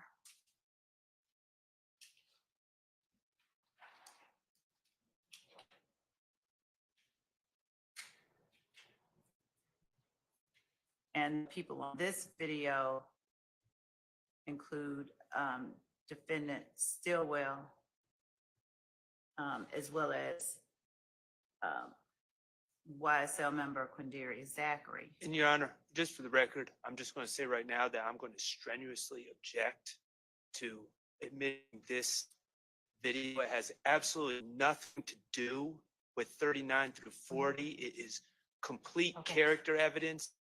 And this is exactly why I wanted the state to show the videos that they planned on playing, because this is just preposterous that we're going to enter this video into evidence as something to do with 39 through 40, where it's just basically my client running his mouth with Quindarius Zachary and has absolutely nothing to do with the Lil Wayne incident. And while the state can sit here and claim it does, I would like to know what live testimony would be provided to connect that. People that actually have firsthand knowledge of anything that could connect what is about to be played with the Lil Wayne incident. It doesn't exist. All right, let me hear it first, and then we can talk about it again. And Your Honor, my colleagues are reminding me that this may have been litigated and it may have already been deemed admissible, but if they're wrong, we're going to play it anyway. Your Honor, that's a complete misstatement. I brought it to your attention, and you need to understand the context of everything before you make any rulings. Yeah, let me hear it. So, Okay. all right. What is that?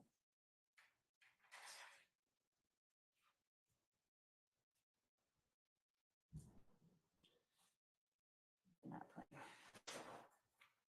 I'm not sharing this with you.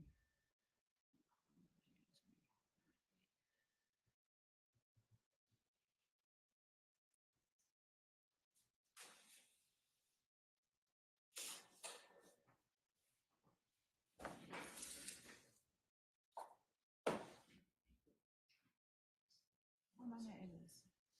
Where am I not in this?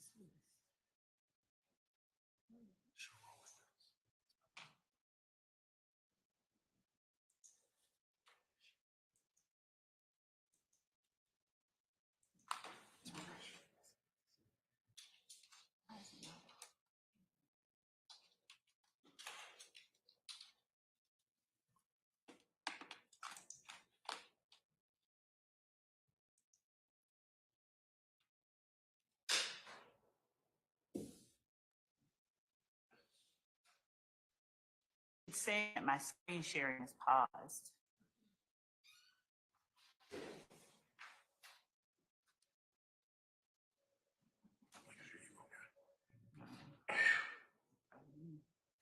Probably tried to open up something else along with it. So. Okay. That same shit that got Big and Tupac killed, little fuck, nigga. Pussy ass, nigga, get your bitch ass killed. YSL for life. Yeah, can't call that loud. Hey, gang, you bring your pussy ass down here, you gonna see me. I'm at your fucking neck. Fuck anybody.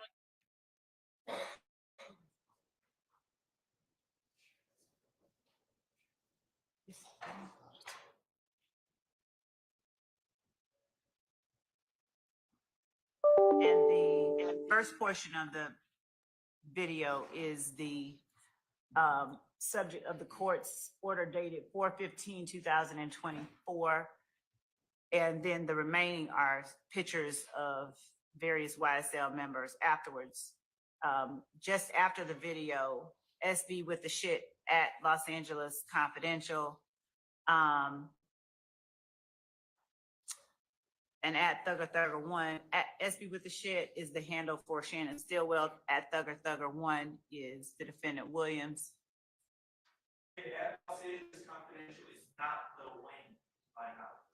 I don't know what that has to do. And on April 15th, 2004, we can share it with the court.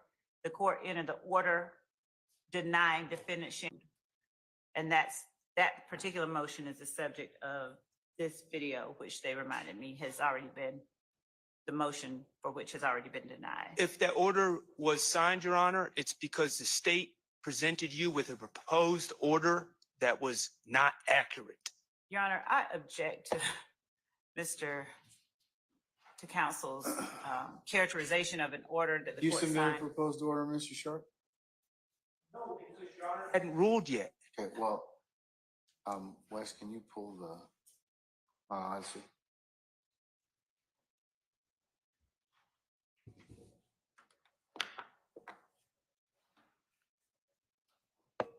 Additionally, Judge, the video itself shows the again, it goes to prove an element, a material element of count one, the association between the parties, the existence of the enterprise that is YSL, the nature of the enterprise, the relationship between the defendants, Shannon Stillwell, another YSL member, Quindary Zachary, and the relationship that those two people have to the enterprise itself. So it not only goes to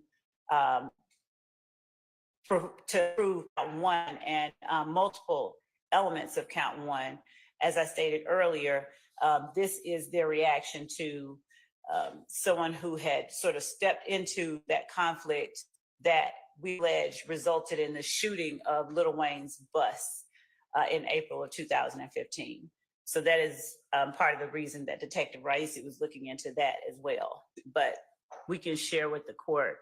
Your Honor, just because the state alleges that two completely separate things are somehow the same conflict doesn't make it so. I mean, we could allege completely unrelated crimes are somehow related and they wouldn't be admissible in the same trial. Just because Ms. Love's saying it, there's no evidence to support it. The Game and Lil Wayne are two completely separate individuals. They have nothing to do with each other. And Your Honor, that does not make the video not relevant. Right, because it's propensity. And certainly propensity is relevant. It's not admissible. Judge, it's already been entered. The orders have already been entered. We had the whole argument previously. I need to take a look. I'm gonna take a look at the order. Look, we've been in trial a long time and, you know, I need to look at the order. I like to refresh my own recollection as to order first. Yes, Your Honor. Did you find it? Thank you. And Your Honor, that was the day that we just. Hang tight. Okay.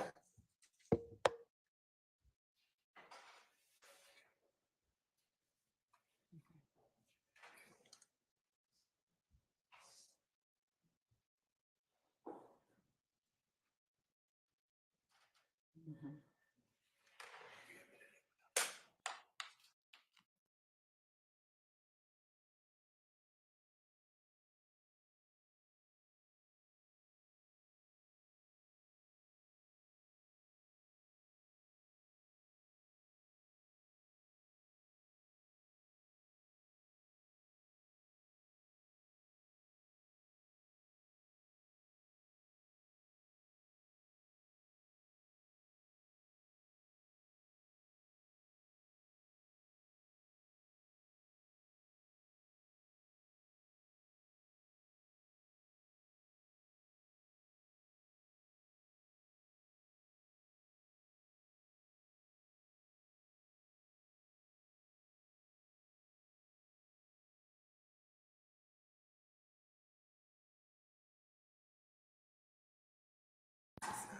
Around the 25th.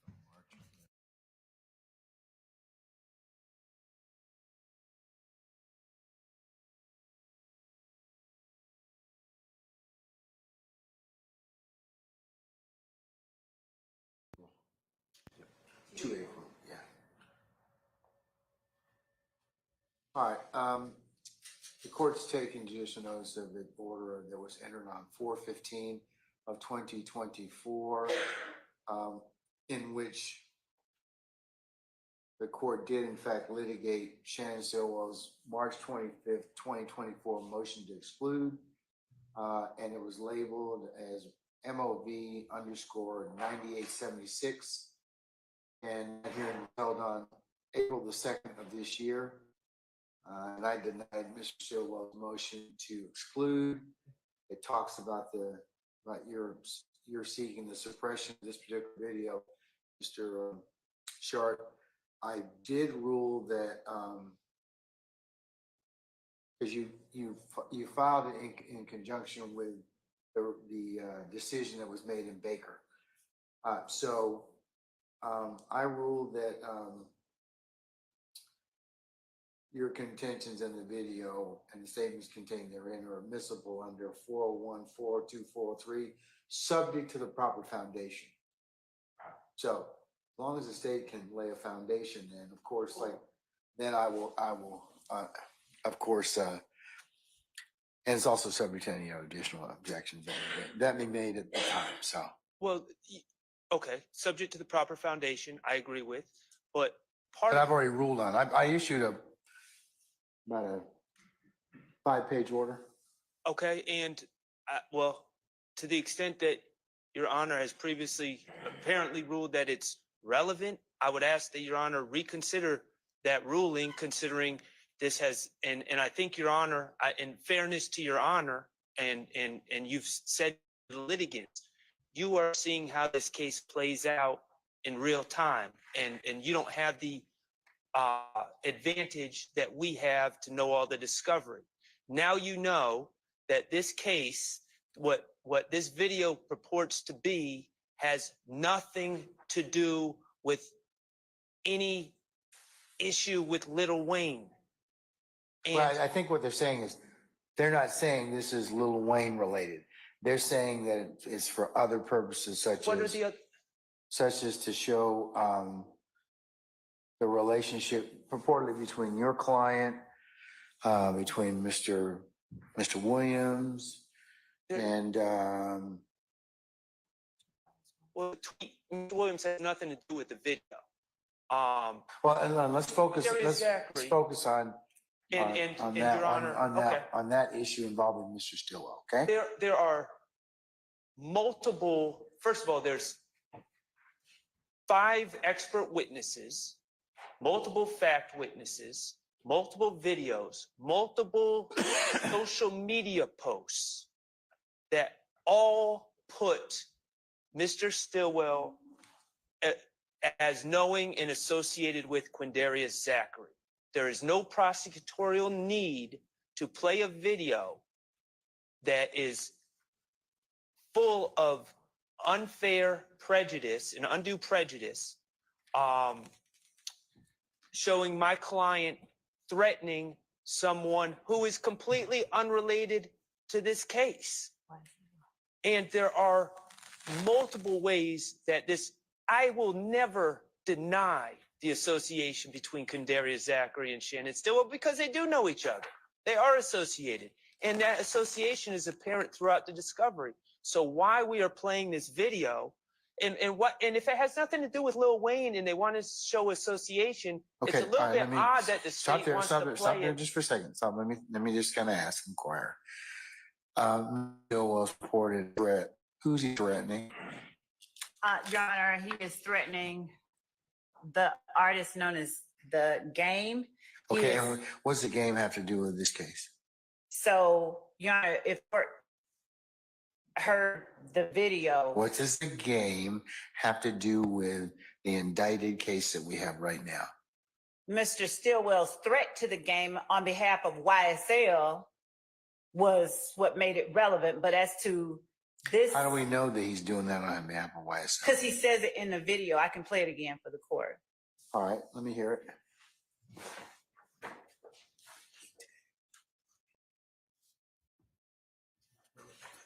And he tagged, I believe, the defendant Williams in the post as well, as I get ready to play it again.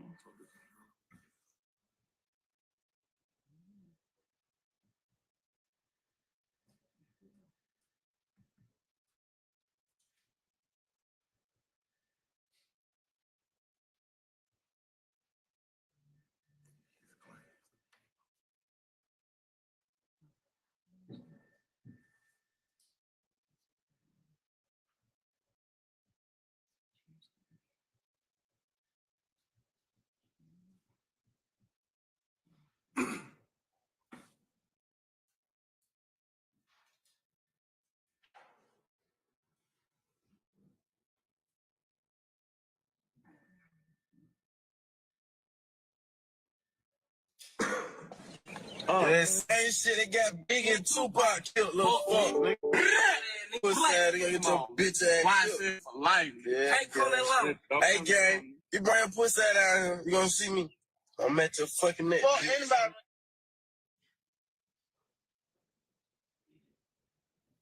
And so, Your Honor, as I. Hold on. You like what? I'm sorry. What Ms. Love said about the threat on behalf of YSL, that was never stated in the video. Yeah, I didn't hear anything. Play it one more time. Stop it where you think it says YSL. The threat is on behalf of YSL. Yeah, they gonna get your bitch ass killed. That's somebody else. Life. Yeah. Hey, gang. Your Honor. Hey, gang. Okay, so two things. One, it's a statement of a party opponent. It is statements of co-conspirator. Who's talking now? Both Mr. Stillwell and Mr. Zachary, Okay. who is going to be testifying as well. Okay.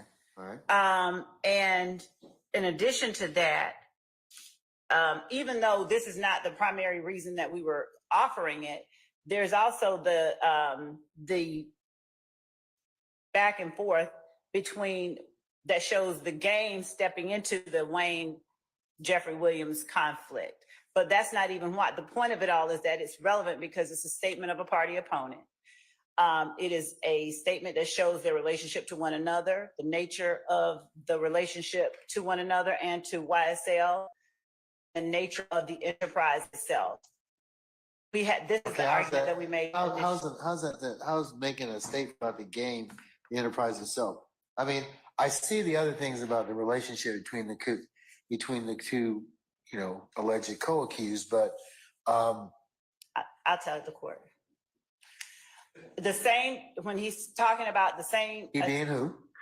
When defendant Stillwell is talking about the same shit that happened between Biggie and Tupac, as the court is aware, they're both dead. And they have the guns up in this video. I think Zachary is sitting behind Mr. Stillwell. They're holding up guns. He's saying, bring your whatever ass down here. The same shit that happened to Biggie and Tupac, you're going to get it too. So they're making these threats. They're not making these threats individually. You hear Mr. Zachary or one of his other co-conspirators sitting behind him saying YSL for life. And this is exactly the same kind of message that Mr. Williams sent out when he talked about people coming into the courtroom and telling the God's honest truth, you need to get killed, not on behalf of me, but that's from me and YSL. This is the same message that's going to be throughout, unless they're willing to stipulate that they are a criminal enterprise, that they are a criminal street gang, that they associate with one another and commit crimes in furtherance of that gang. They cannot stipulate away the state's reason for introducing this evidence. I'm sorry, you have to speak up, sir. Not an overt act. Additionally, the state is incorrect. I believe. I think the video will reflect, some other co-conspirator, as Ms. Love said, well, she can't even say who it was. A third party. Mr. Zachary did not say YSL on that video. It's a third party, and they can't even say who said it. But they're labeling them a co-conspirator. Additionally, there's no guns in this video. They're cell phones. They're not guns, to my viewing. So there's just, we're just misrepresenting everything here, and we're just trying to throw it in this case, and it has nothing to do with this case. And it's interesting, the state is now backing off and saying it's to show association. It's not involving Lil Wayne, it's to show association, yet they're trying to introduce it while we're doing the Lil Wayne case, which I find interesting. It has nothing to do with the Lil Wayne case. They have plenty of ways to show the association. The prejudicial impact of this far exceeds any scant probative value, if any exists at all, which I find dubious. And it needs to be excluded to ensure that my client receives a fair trial.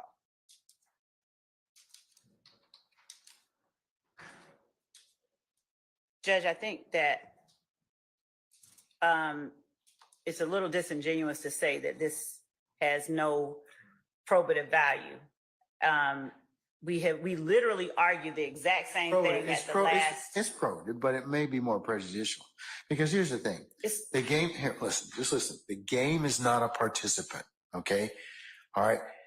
And I think you're running into kind of, into foul territory when you're trying to, you've already got evidence to show arguably relationship between these two, okay?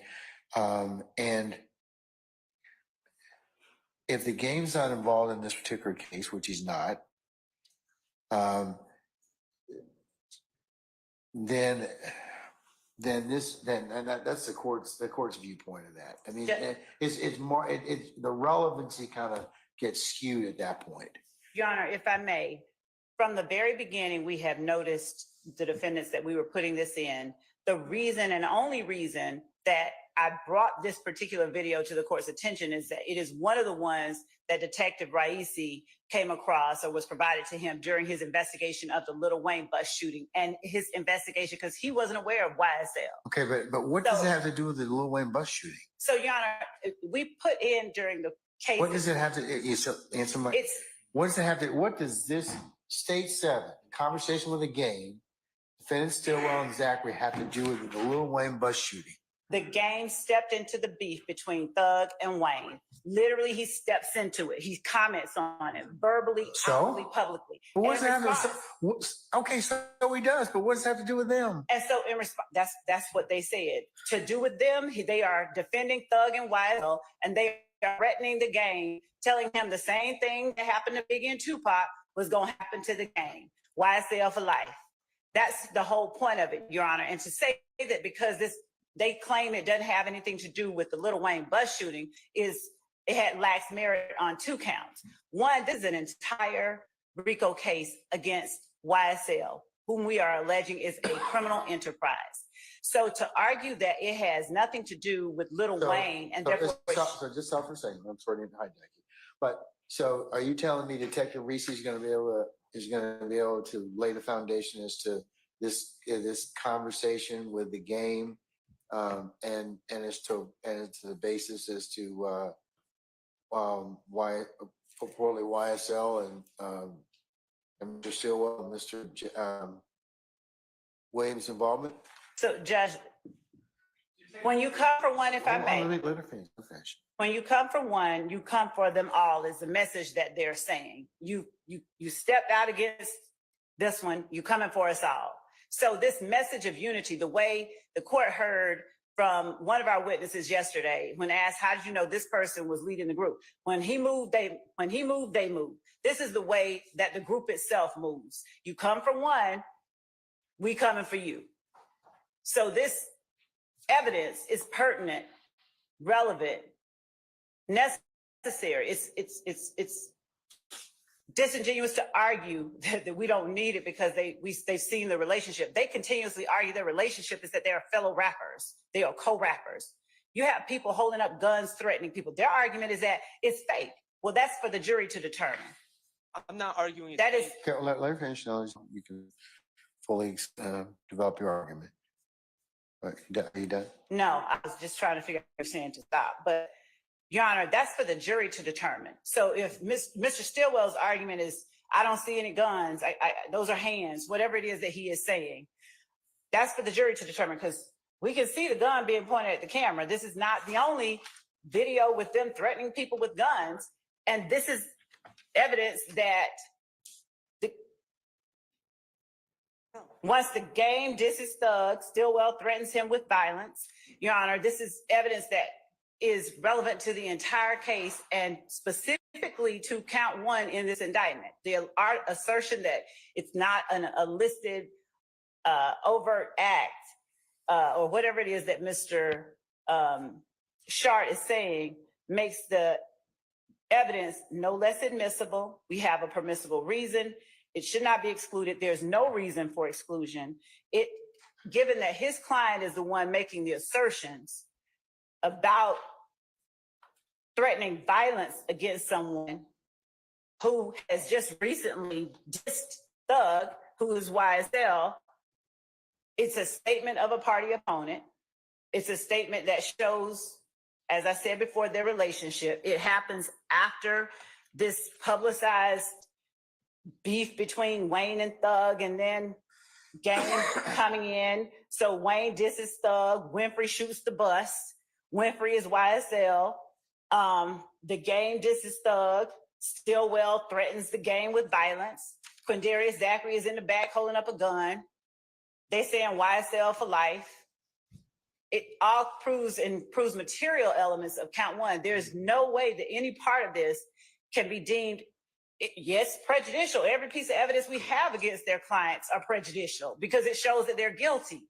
So when you have him on video filming himself saying the same thing that happened between Biggie and Tupac is going to happen to you, then they're proving the case for us, their own words. And the court found that the relationships between and among the co-defendants and their association with YSL as an alleged criminal enterprise and street gang are crucial, particularly since the defendants denied that YSL is a criminal enterprise or street gang. Accordingly, the court ruled that the statements contained in the video properly relate to, inter alia, the nature and existence of the alleged criminal enterprise / gang, affiliation with the alleged criminal enterprise / gang, participation in the alleged criminal enterprise / gang, gang association and membership, and the connection of the defendants with one another. And accordingly, the court denied defendant Stillwell's motion to exclude it. The court ruled properly. The court not only ruled in court, the court signed the order and entered the order. So when the argument is made, Your Honor has ruled, this is a situation where it is in writing, and the court has ruled properly, I might add. And there is nothing, no reason, no legal basis for the exclusion of this evidence against the court's prior entered order. Your Honor, in these statements, there is no gun in the video. It is a flip phone. Okay. And this is dangerous. It's not Mr. Matthews' flip phone, but it is a flip phone. It is dangerous when we start just willy-nilly saying things and commenting on the evidence, and we're wrong. But additionally, Your Honor, I'm not arguing that it's a rap beef versus a real beef or anything like that. The state can say that I'm doing it. I'm arguing one thing very simply. It's irrelevant. Shouldn't have to argue one way or another because it shouldn't come in because it's irrelevant. The jury shouldn't have to consider one way or another. It's not a question for the jury because it's highly prejudicial. It's of limited relevance. And the other thing is the state's now saying it's to prove the gang and all this. The state hasn't given 418 notice. They were supposed to give 418 notice 10 days before trial to use that evidence in trial. It's not charges in court act and no. So they didn't fulfill the procedural requirements to even make that argument. But I don't, and the other thing is the state keeps claiming that the gang got involved somehow. The state has provided no evidence of that. And I will say, as an officer of the court, I read 152 approximately, I'm not sure the numbers, pages of Detective Raisi's work on this case. He never talked to the gang. The gang is never mentioned in any of those 150, however many pages that he wrote. The gang has nothing to do with Detective Raisi's investigation. Okay. Well, it's subject to foundation, so we'll see what, as I mentioned here in my order. And I'll take a look at the transcript beforehand, which I believe Ms. Weaver has available for me. So, well, Your Honor, I would just like to remind you, and I know that you would have liked people to do things earlier. You said flag things. So I took that to heart and flag things. We have a hearing on it. Now, perhaps, and this is unfair, this was unfair to you, Your Honor, because again, you don't have discovery. Perhaps at that time, you were under the assumption that the state was going to tie this together to the Lil Wayne somehow. But they're not. They're never going to be able to. There's no relevance. Well, So they're saying it's relevant now to show their relationships and for other reasons, that, you know, they don't reference the necessarily the Lil Wayne. so it's just the association with Quindarius Zachary? Is that really what this is about? Again, we can go through the discovery, and that's never going to be an issue. Quindarius Zachary is going to take the stand. He's going to say he's known my client for years. He's also probably going to say that my client, I don't know this for a fact, but he's probably going to identify my client potentially as a member of YSL. I don't know. But those are issues that are going to come up with Mr. Zachary, and the issue of whether they know each other, whether they're associated with each other, is never going to come up. And part of public value. Okay, what about the issue of Big and Tupac got shot, they're dead. So what's the insinuation that, hey, you come in here and screw with us, you'll wind up dead too? Okay, that's an insinuation that was made towards the game. Excuse me, the game. And who has nothing to do with this case. It's all it is, Your Honor, it's propensity. It would just be like if I'm charged with ag assault, and then 3 years prior, you know, I threatened another person. That wouldn't be coming in 4B. That would be strictly propensity. And Your Honor, not to mention the fact that we haven't been given the procedural notice for 404B or 4ATE. So that's another problem. So you mentioned, I think that was mentioned already earlier. Yeah, well, I mean, so there's no way this gets in. All right. Okay.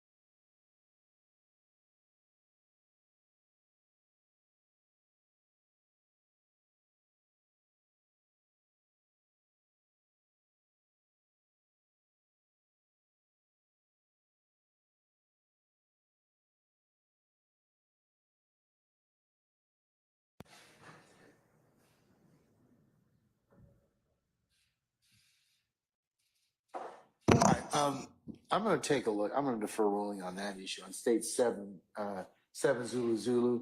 I want to take a look at the transcript again. It would be subject to foundation, but I want to take a look at what was argued previously in light of what else. And also, I'll just have to also consider at this point in time that now that I understand more about the game's relationship to this particular scenario involving YSL and Mr. Carter, it does, I need to reflect on that a little bit more. State, so. Yes, Your Honor. Not to have ruled already, but it is, I mean, I can also, as you all know, change my rulings, but for good cause. But I have some pause with kind of bootstrapping the game in there, or in the relationship with the game, kind of reflecting back to Mr. Carter and what was going on with YSL. It may be more prejudicial than probative. So, Your Honor, the other thing is that it's intrinsic number one, but number two. You all argue that all the time. So something that's not intrinsic is just not. So It's not. we may not even, so two things, 8 Zulu Zulu, Your Honor, I'll just put for the court's edification. I haven't seen 8 Zulu yet. I was about to Okay. put it up. But I was gonna put up 8 Zulu Zulu and show what Mr. Shard is arguing doesn't exist, actually in fact does, what I have already In terms expressed. of what? In terms of the reason that the commentary was made, the beef between Wayne, Thug, Game stepping in, all of that, but we didn't. Okay, well, we don't have to show all right, well, that. then, okay, play it for me. It may further elucidate me as to a reason why, but I need to kind of consider it in terms of that. Because here's the thing you don't want it to be admissible for, Ms. Love. You don't want a reviewing court to think there's propensity. You're And that's my worry. So as the gatekeeper in this case, it would be like for me to tell you that it may be more prejudicial than probative. I mean, if you're wrong, you're gonna have some problems. Yeah. So that's why. And the trouble that I have is that he's not named, not a plea in this case. He's kind of a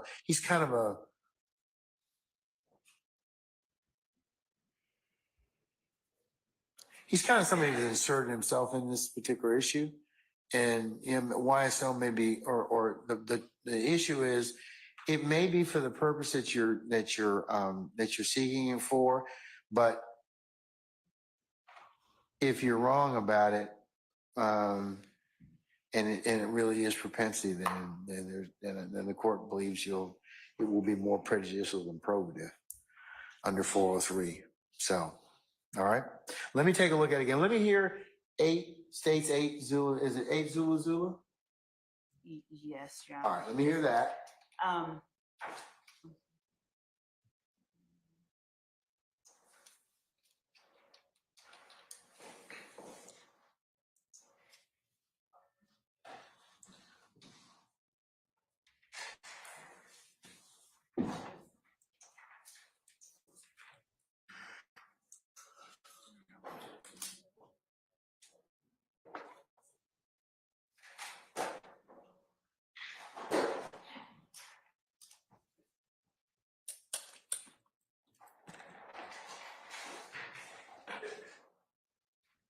So, Your Honor, what I have are for the court's consideration are simply, these portions are not the game's threats. We have served in discovery the game's threats and then the responses, but I'm going to tender for the court's consideration 2 articles as 8 Zulu Zulu. And the first one was dated May 6, 2015. Apparently the game will F Young Thug up for Lil Wayne. And it just chronicles the threats that the game made to Lil Wayne. And then the second one is, I believe, Defendant Williams commenting on that beef, if you will.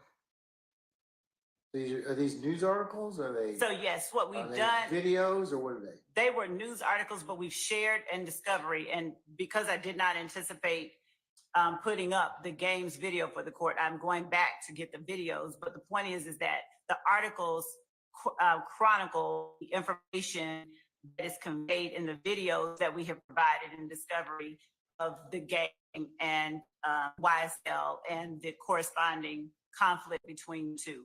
So, Your Honor, as far as propensity is concerned, when the defendant and when a co-conspirator, 2 co-conspirators are seated in a vehicle together and they are making black sounds, B-L-A-T-T, and they are making gun sounds and they are making references on behalf of YSL to a person that has recently made statements about the defendant Williams, it just, It is, but here's the thing, it's marginally relevant, because he's not a party in this case. The game's not a party in this case. The game's commenting on two parties that are in this case. Are you bringing the game in? Judge, we don't. To testify? We don't even want the jury to know that the game commented on it. The fact that they have threatened, that they are making threats on behalf of YSL to someone who's not a party, as you said, who hasn't done anything to anybody. Lil Wayne wasn't a party, didn't do anything to anybody. And they're shooting at Lil Wayne, they're threatening game. We have other instances of that type of the group behavior, the YSL members acting in a way that furthers their purpose. Part of what lets you know that something is criminal street gang activity is when you assert the gang itself. This is a threat being made, a threat of violence. When you don't just say, I'm doing this, or you don't just go out and do something and cover your face and don't let anybody know, then one could arguably say, oh, they did it for their own edification. Not only did Mr. Stillwell make the statements that he made, not only did they talk about YSL in the statements being made, but they publicly posted it. So it's to further the interests of the gang itself, to further the notoriety, to increase the fear of YSL, to make people know that they are not to be played with. In no small manner, I don't believe, Your Honor, with all respect to the court and the court's perspective on it, can it be considered a marginal effort on their part. They didn't just whisper it to themselves, we're the best. They're saying that, you know, we will cause harm to you. You come to us, we come to you. As a group, as a whole. Not me. It's not Jeffrey Williams threatening the gang because the gang said something bad about him. They're threatening a person who has done nothing to anybody. They're offering violence on behalf of YSL. That can't be propensity when it's the enterprise itself that they are acting on behalf of. It's argument keeps shifting, the goalposts keep moving, but the bottom line is they want this in to show that Shannon Stillwell is the type of guy that threatens people. That's not true. On behalf of YSL, Yes, not this threatens people, but I mean, but does his action purportedly further the purpose of the gang YSL? Does his statement further the notoriety? Does his statement further the fear? Are they offering violence on behalf of YSL? Of course, the jury makes that determination at the end, but the statements themselves, they're pretty damning, but they may be relevant for that purpose. And I mean, I know you're saying that the goalpost is shifting, but he doesn't say YSL. But there is no, but does he refute in the video? Hey, I'm not one of these jokers. Your Honor. I mean, exactly. That's my point. Unfortunately, for or for your client is that there's a perception that he could be, adopting these particular statements because he's in it. Well, he did not stop mid-sentence. No, I realize that, but the issue is he is in the video and other people are saying things, but he is making the statements of come down here and about see what happened to Lil Wayne and Biggie. No, he did not say see what happened to Lil Wayne. No, but does he talk about Tupac and Biggie? Yeah, well, I just want to be clear. He didn't say Lil Wayne. Oh, no, I'm sorry. Not Lil Wayne, but he mentioned Biggie and Tupac. Yes, he did. Okay, so, I mean, the insinuation in that is both of them are dead. The insinuation is both of them are dead. See what happened to them? I mean, it's a contextual video. The insinuation is he's the guy that threatened. That he's the guy that, hey, he's telling the game, hey, keep talking that smack, and this is what's going to happen. I don't dispute that it's a threatening video, and that's exactly, but it's not related to Lil Wayne. It's not related. No, but it's related to unfortunately, the state is telling you all and trying to convince the jury that these are the type of statements that are made on behalf of YSL, your client is a YSL member, who's offering violence on behalf of YSL, who, for purposes of fear, their notoriety, and they did post it on a public website. So it's kind of like, so whether or not they draw those conclusions or beliefs in an argument is for them to decide, the jury, but it doesn't make them not relevant for purposes of showing the video to determine. It's not propensity. It is to show those particular things in particular, like, does it further the purpose of YSL the gang? Does it further the notoriety, the fear? Are they offering violence on behalf of YSL? I would submit to you as a threshold measure. Yes, that could certainly be drawn as a conclusion out of this video. Now, whether or not the jury decides to draw that conclusion is their choice. So you're saying that, if I read you correctly, that you feel it's relevant under 401, but there's still 403 balancing, and I think we can all agree, or I may not state, but I think we're in agreement that it is very prejudicial. Of course it is, but is it more probative? And right now, I got to make that determination. But Your Honor, I know I've said this before, but I think it's important. We, from the very beginning, we filed motions. We asked, and we also orally in court said, please identify the videos that you want to use from us. Way in the beginning of this trial. We were begging to be put on notice. This is a type of video that falls potentially under 418. we argued that last time because remember, I heard that argument last time. Well, I'm just saying that that's a procedural bar to the addition, in addition to the 403 balance. And we were begging for those. But I don't think it falls under 418. Well, and if it doesn't fall under 418, then that's the only. Because I don't think it was offered for that particular purpose. If it's not 418, it has to be 404. Because there are other. Well, 404 would be uncharged misconduct. It would be uncharged misconduct. I mean, essentially, they're saying this is a terrorist.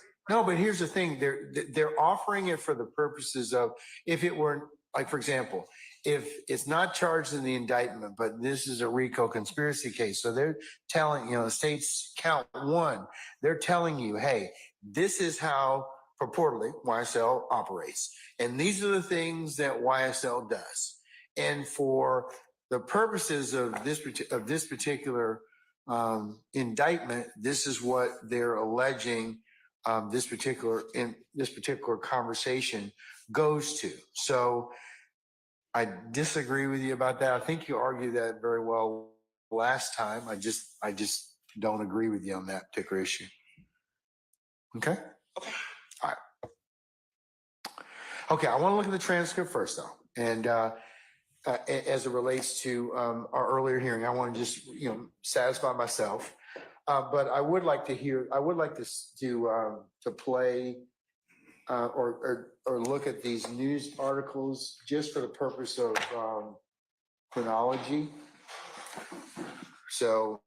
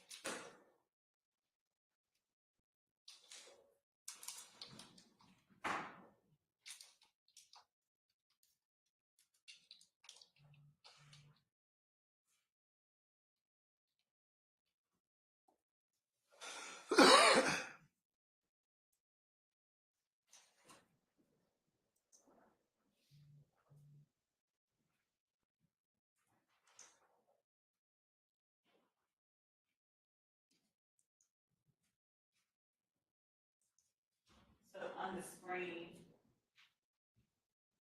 is the May 6th, 2015 bad article chronicling reporting, Your Honor, I would like to consideration articles written by random reporters online to even be considered in any pretrial rule. I mean, this is hearsay upon hearsay filtered through a reporter of unknown veracity on a website. And I don't think that this can even be considered for any. Well, no, I would like to look at it for the chronology, for the court. Well, I'm not. I don't think the state's trying to offer it as evidence in this case. I can consider anything on a 103, but I consider anything even hearsay on a 103 determination, okay? So and that's what I'm using it for in terms of the background of the chronology. That's all. For my own purpose. I don't know if Ural would work, and I don't know the accuracy of anything. Okay, and I have to take that for what it's worth. So I understand what you're saying, Mr. Short. So, all right. so just so that the record is clear as to what it's saying, it's a May 6, 2015 article. It seems that Young Thug has made a new enemy, and it speaks of sparking from his Barter 6 release and threats made to Lil Wayne. The game has become the Atlanta rapper's newest adversary. During a show in New Orleans, the Compton rapper drew a very clear line in the sand, vowing to fuck Young Thug up if necessary on behalf of Weezy. And then it talks about what the gang said on stage, that he's never been to Hollywood, he's just been Holly Grove. Anybody fucking with Toon got a fucking problem with me, I'll fuck Young Thug up on Power Man. And then after that, later after that, we have an article chronicling Young Thug issues public apology to the gang after public facts that's posted on May 8, 2015. Wednesday's beef between Young Thug and the gang has officially been put to rest. What started out as a war of words on Instagram had spectators ping-ponging between the rappers' accounts. The catalyst to the public argument began with James Thomas on Thugger and Lil Wayne's spat, stating he will fuck Young Thug up. The Atlanta resider responded by calling out Gang's gang affiliation. Fast forward 48 hours later, and the rich gang member issued an apology to the gang on the gram. Within the Insta video, the lifestyle artist said, "See, the way the world is set up, they want all blacks to kill each other, but not. Black lives matter, so I salute gang, I respect him. I'm sorry for making that post about him. Even though he was wrong and he was in the wrong business, he's taking up, or a nigga that wasn't taking up for themselves, it's all good." And that's, the court can see the rest of it. The gang later responded or later posted his own acknowledgement of Young Thug's reconciliation. And talks about he thinks the next phase is getting him in tune with shit dairy. These were both articles from Vibe, but they chronicle and they reflect information that has been shared with them that is in discovery of videos that contain information that I previously said. This is just for that background. It does not in any way change or reduce or minimize the reasons that the state is tendering that video. You can take that down. Okay. Meaning you can take 8 Zulu down in the 2 articles. All right, I'm gonna take it. You're not trying to introduce 8 Zulu. Right. No. Okay, all right. So it's just for or the courts, I should say, edification in terms of the sequencing. It really doesn't help me that much, but right, I didn't want to read at all. I can tell you, it doesn't really kind of do anything for me. But in terms of Yeah, I understand that there was a sequencing of this particular conversation between Mr. Williams and the game, so, Right, but okay. that has no impact on the reasons that we were offering, and the reasons that we stated to the court prior in our earlier hearing or earlier today, or, what we said to the court in the court. Okay, all right, so I'm not gonna, so in no way is 8 Zulu gonna No. be shown in this jury. No. 7 Zulu, I'm taking under advisement. Let's go back up to 6 Zulu, Holly Grove, Thug appearance. What's the relevance of that, other than that Thug is, I should say Mr. Williams is going to purportedly Lil Wayne's hometown, right? So he is in fact at this point in Holly Grove. This is after the Dick's video where he's saying he's going to Holly Grove.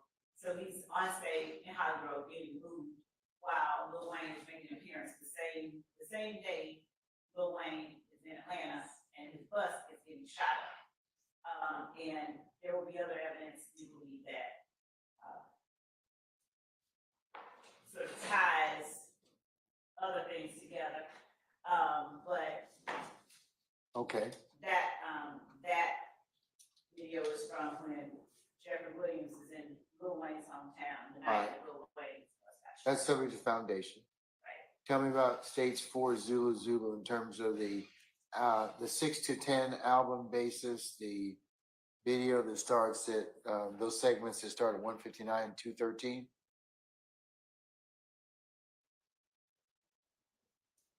There's a 45-second video. I mean, the portion that starts and talks about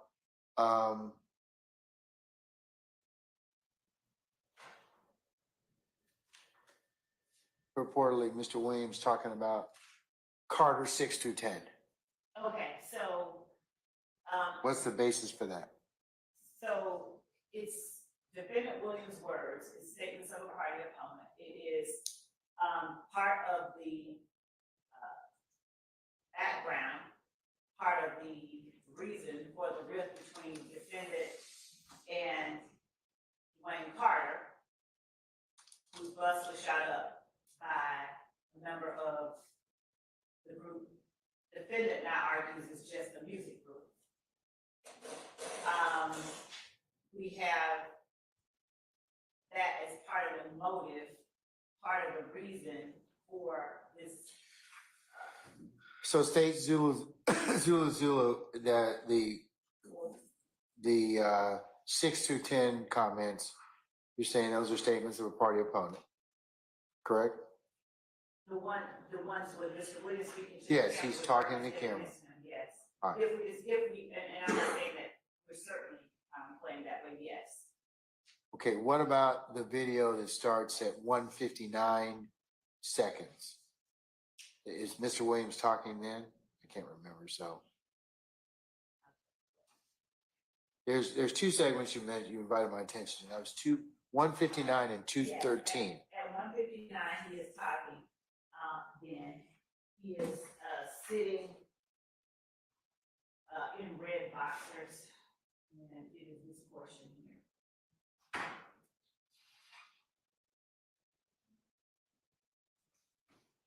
And the Carter 6 is on the way. The Carter 6 is on the fucking way. And it's coming out on the 17th, my mom's birthday, 4/17.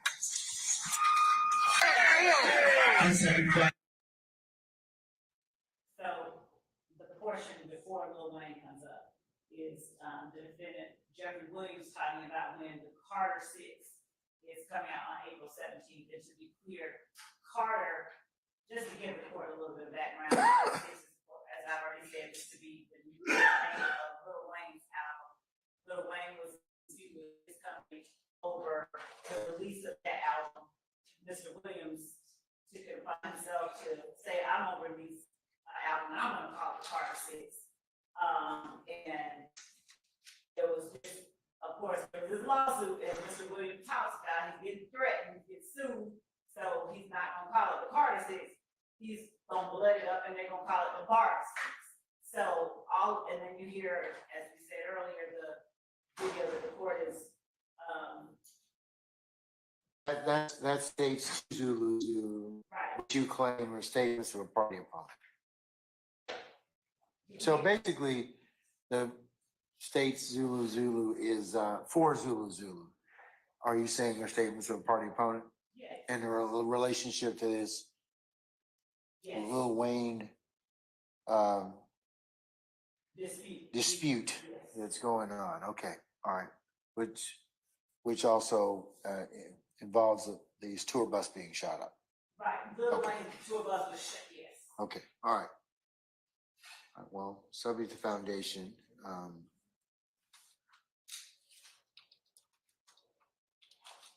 okay, all right. What about this series of tweets from Dwayne Carter's account that states 3 Zulu Zulu? What's the basis for admission for those? Your Honor, again, that is showing these are publicly posted, statements,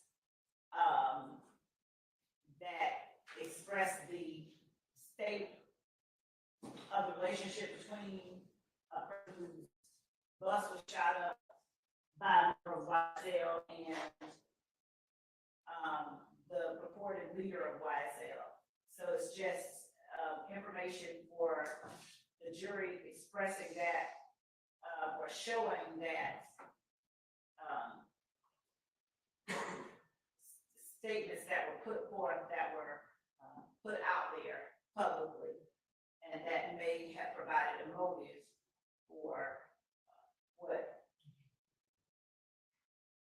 what tensions exist between them.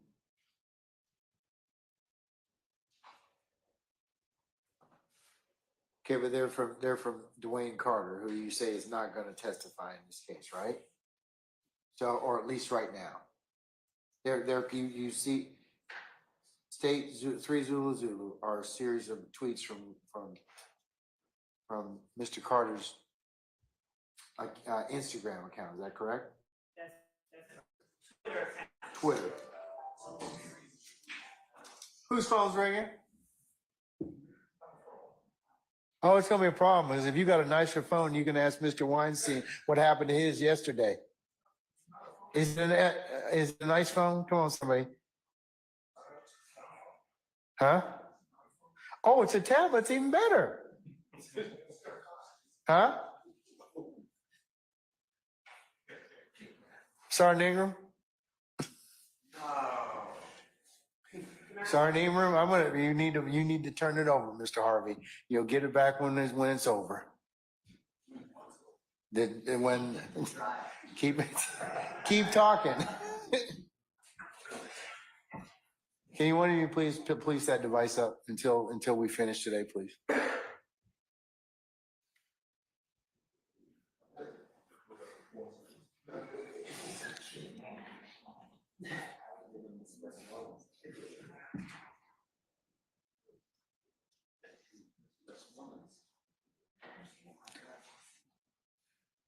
Oh, I don't feel so bad. Oh.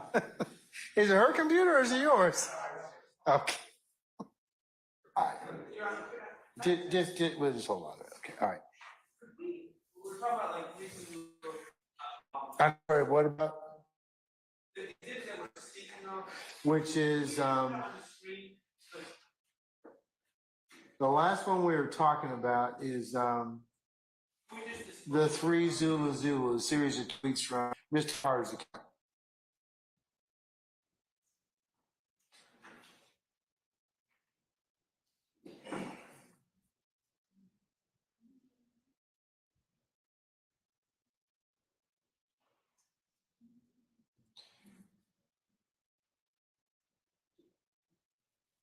Yes, put it. Yes, ma'am, put it up.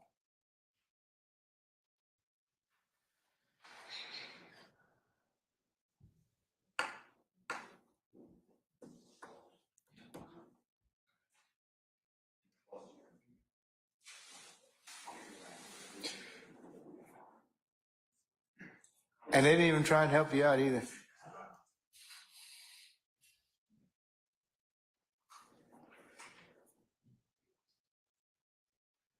So I have it up on. All right, okay.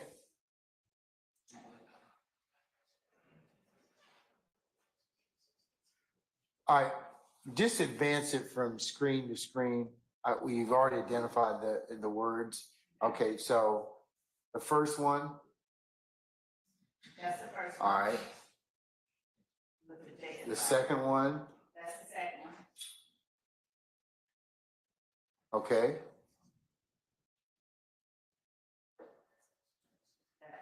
The third one,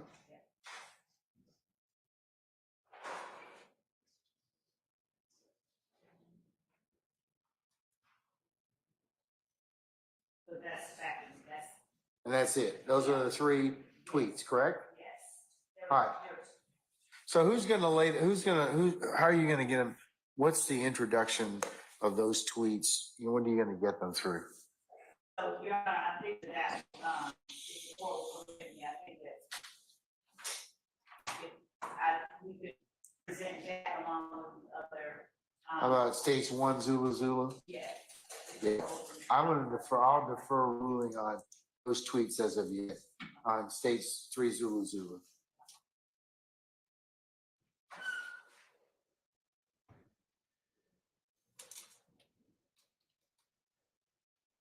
Can I give something for your consideration when it's appropriate on that? On 3 Zulu Zulu? Correct. Yes, you may. Go ahead, Okay. Mr. Thank you. Steele.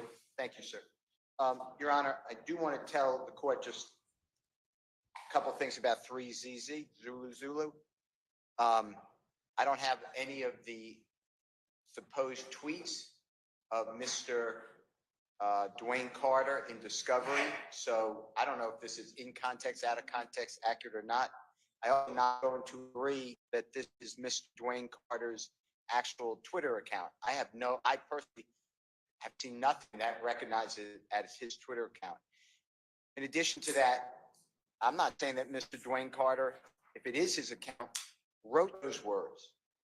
And the state, as I said, I'm not repeating, didn't give me like they gave me like Mr. Williams from 2013 to 14 Twitters. They only gave me a few, but they gave me the entirety of that. It was a subpoena, and they gave it to me. Here, I have nothing on Mr. Carter except this. Also, I don't know I'm not going to agree that it has anything to do with Mr. Williams. It says F, them, DEM, fake ASS thugs with an S. And then it says something about Slim, word to Slim. I don't see the relevance. In addition to that, on all of these, Your Honor, all these slides, as I call them, that's how they were originally given to us, as an exhibit with a slide number. They all have commentary on Are you talking about state 3 Zulu Zulu or some? Yes, but every one of them, like this one says, the very bottom on your screen, Twitter, Lil Wayne responds to Young Thug. I mean, I don't know who wrote that. Maybe the state, maybe not the state, maybe a blogger, maybe not a blogger, maybe Mr. Carter, maybe not Mr. Carter, but somebody wrote that. So you're still objecting as to foundation itself, Yeah, or authenticity?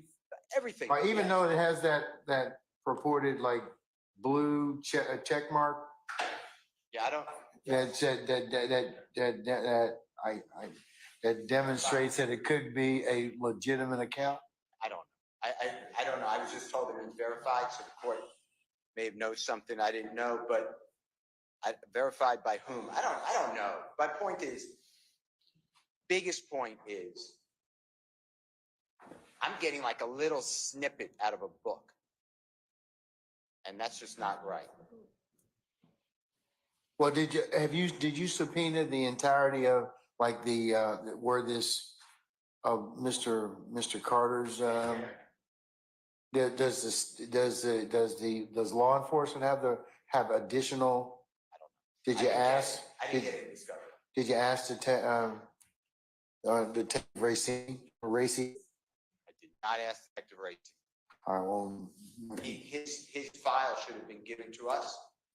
I did do True. a Open Record Act request for the file for the Cobb County. They won't give it to me. DA's office. It's a closed case. They won't give me the case. So I only have what the state gave me, and it's really not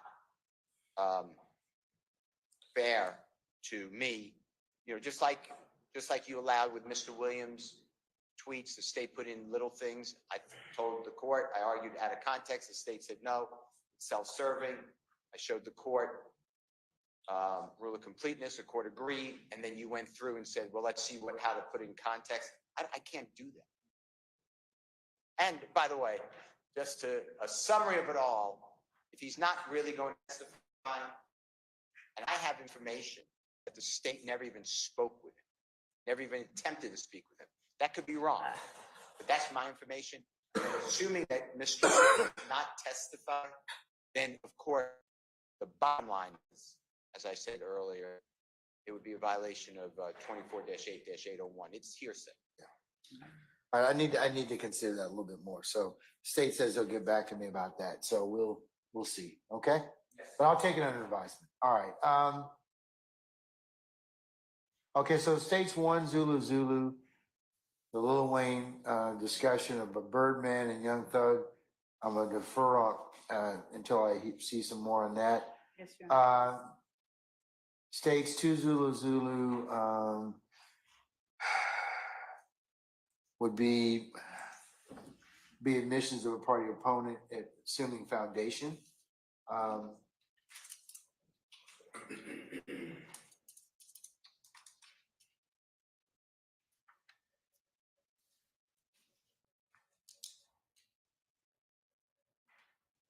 States 3, Zulu. I said I'll defer on that. I need to hear some more of that in terms of foundation. States 4, Zulu, say those particular segments or statements of the party upon subject to foundation. State 6, Zulu, the Thug appearance at Holly Grove, where he comes Lil Wayne's hometown, subject to foundation. And then state 7, Zulu, I'm gonna take a look at the transcript after Ms. Weaver lets me look at, even though there's an order, I need to I want to make sure that I refresh my memory as to the other, as to our hearing that was held in early April, given the court's knowledge or current knowledge of the facts and circumstances. And then states 8, Zulu are the 2 news articles. They are not considered for any purpose. I don't find them to be helpful to me, even with the timeline. So I'm not going to consider them in any way. And Your Honor, I did not, I skipped states 5, Zulu. Counsel has reminded me, those are of the same nature as states 3, Zulu. With the court's permission, I'll go ahead and publish that.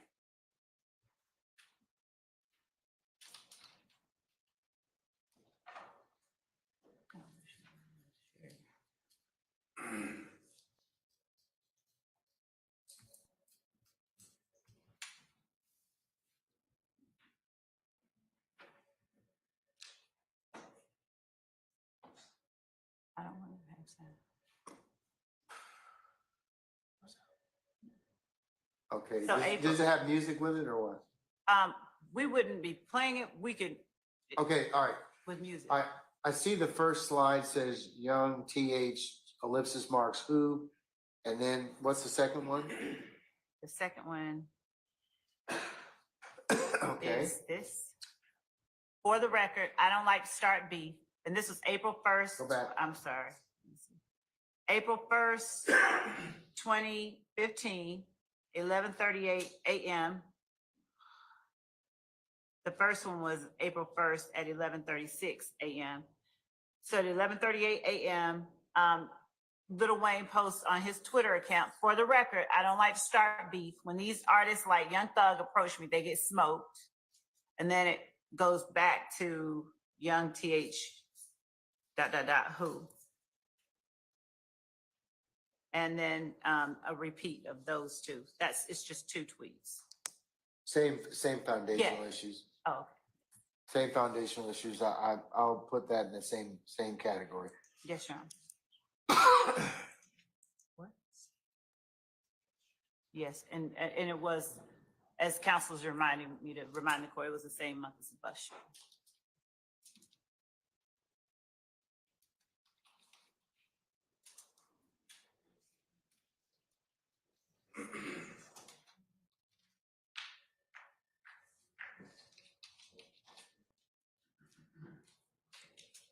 Okay. And we had two jail calls that we were going to play for Mr. Winfrey after he was incarcerated. I think they're about, one is 30 minutes long. Go ahead, Shay.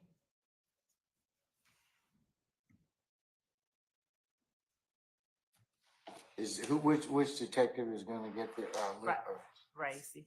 Racy, have you provided that to council? Yes, unequivocally, yes. All right. Just send them to me in an audio file. Okay, So I can listen to them. okay. All right, Mr. Were you gonna tell me something else or whatever?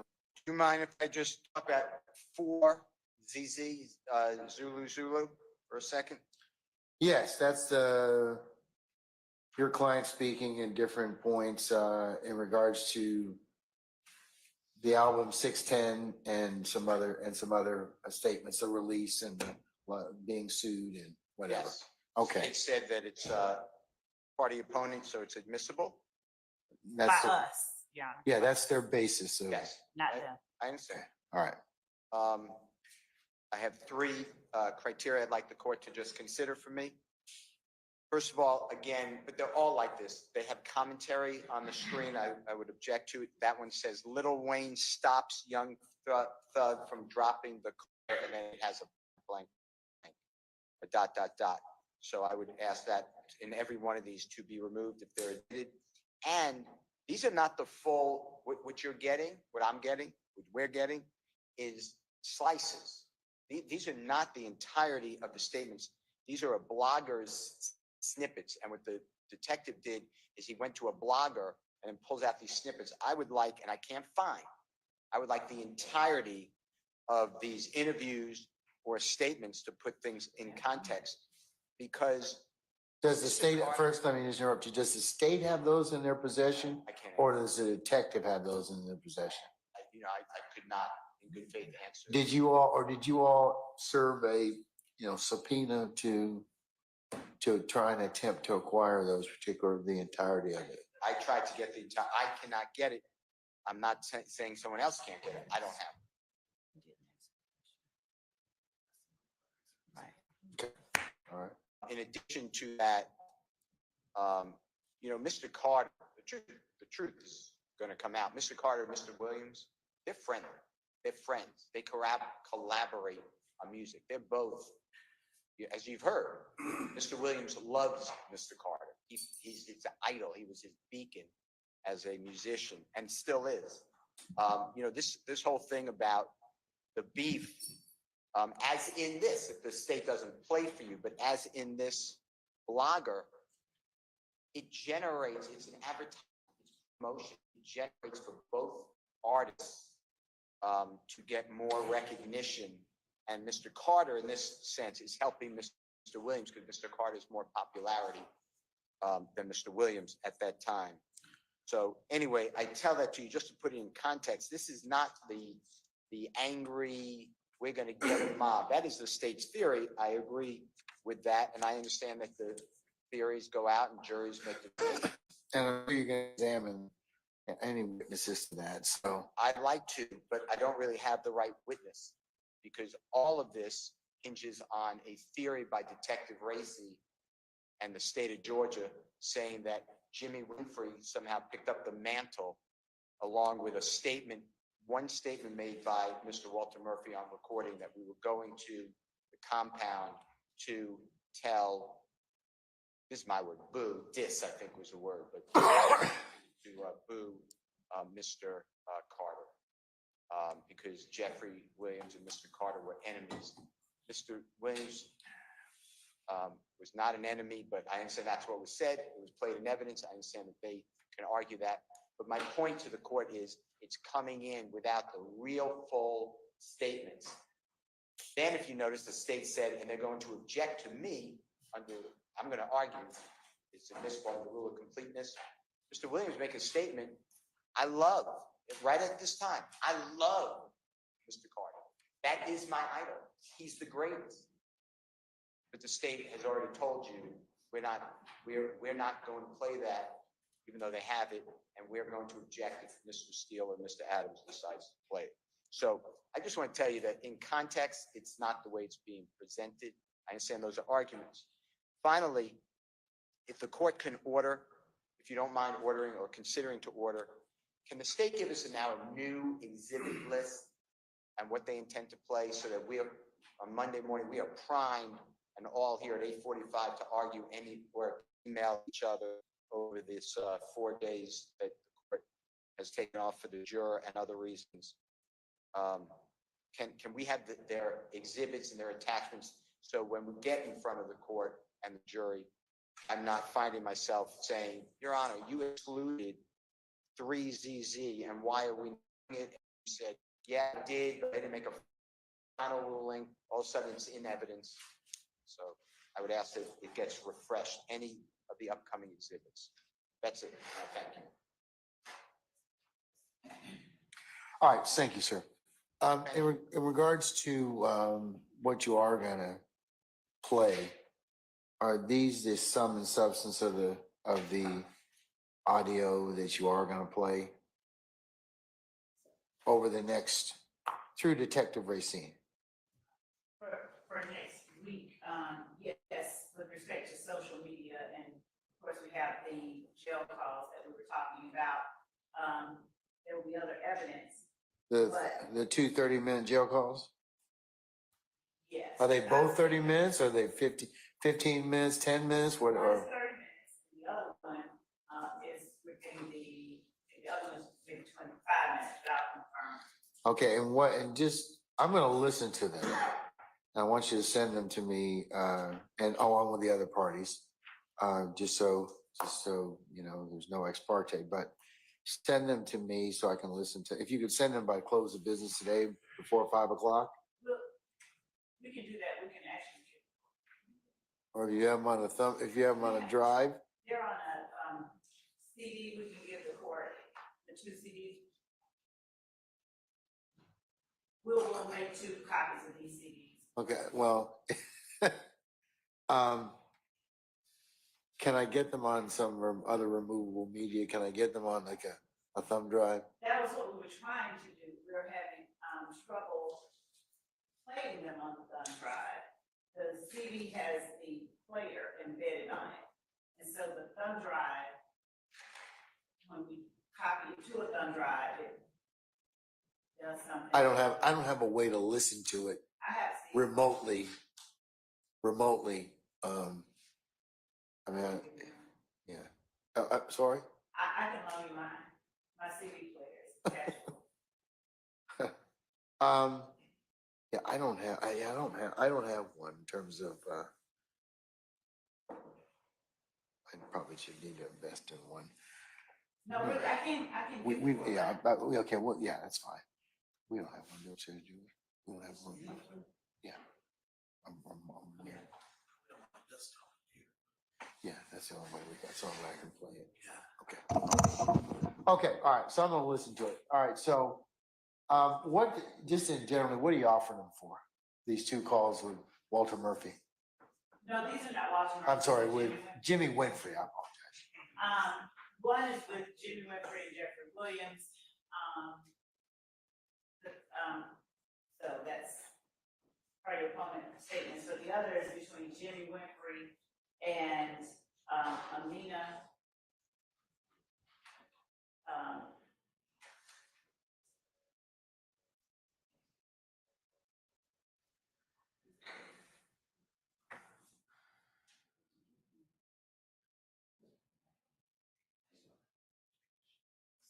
So Jimmy Winfrey is asking his girl to call party to reach out to Amina, Lieutenant Williams' manager, to have him listed on the payroll so they don't think this is some street shit. That's following the shooting of Dwayne Carter's bus. Okay. All right. Okay. All right, I'll listen to it, but it seems like there's, and if there's any other legal basis for me to consider, you all can include me in the loop on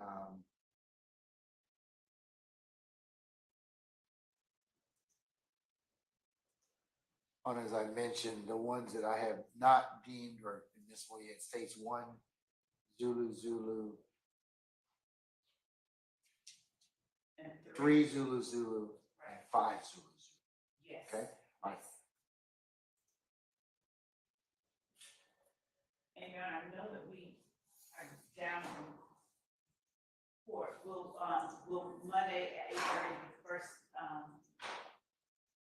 opportunity that the court provides for us to present additional any commentary, or will we? Yes, yes, that'll be the, yeah, I don't want to go backwards. I'd like you just to be able to tell me succinctly, and if you have some case law this weekend, I can certainly take a look at it tomorrow, Friday over the weekend, because then I can read it and I can kind of say, okay, I've had a chance to take a look at it. Here's my thoughts. I don't need any argument because I really want to kind of get our jury start. I want to be able to rule and then, get our jury started as expeditiously as possible. All right.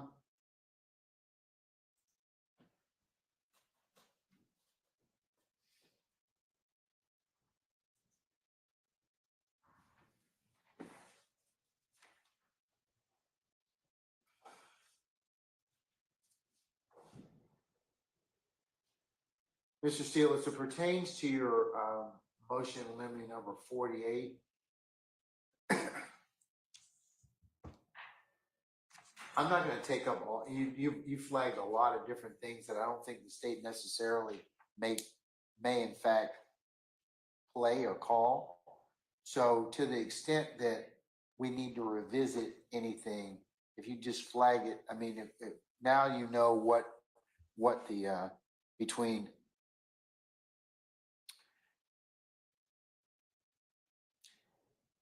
these next 3 witnesses or possibly 4 witnesses when Detective Dennis testifies.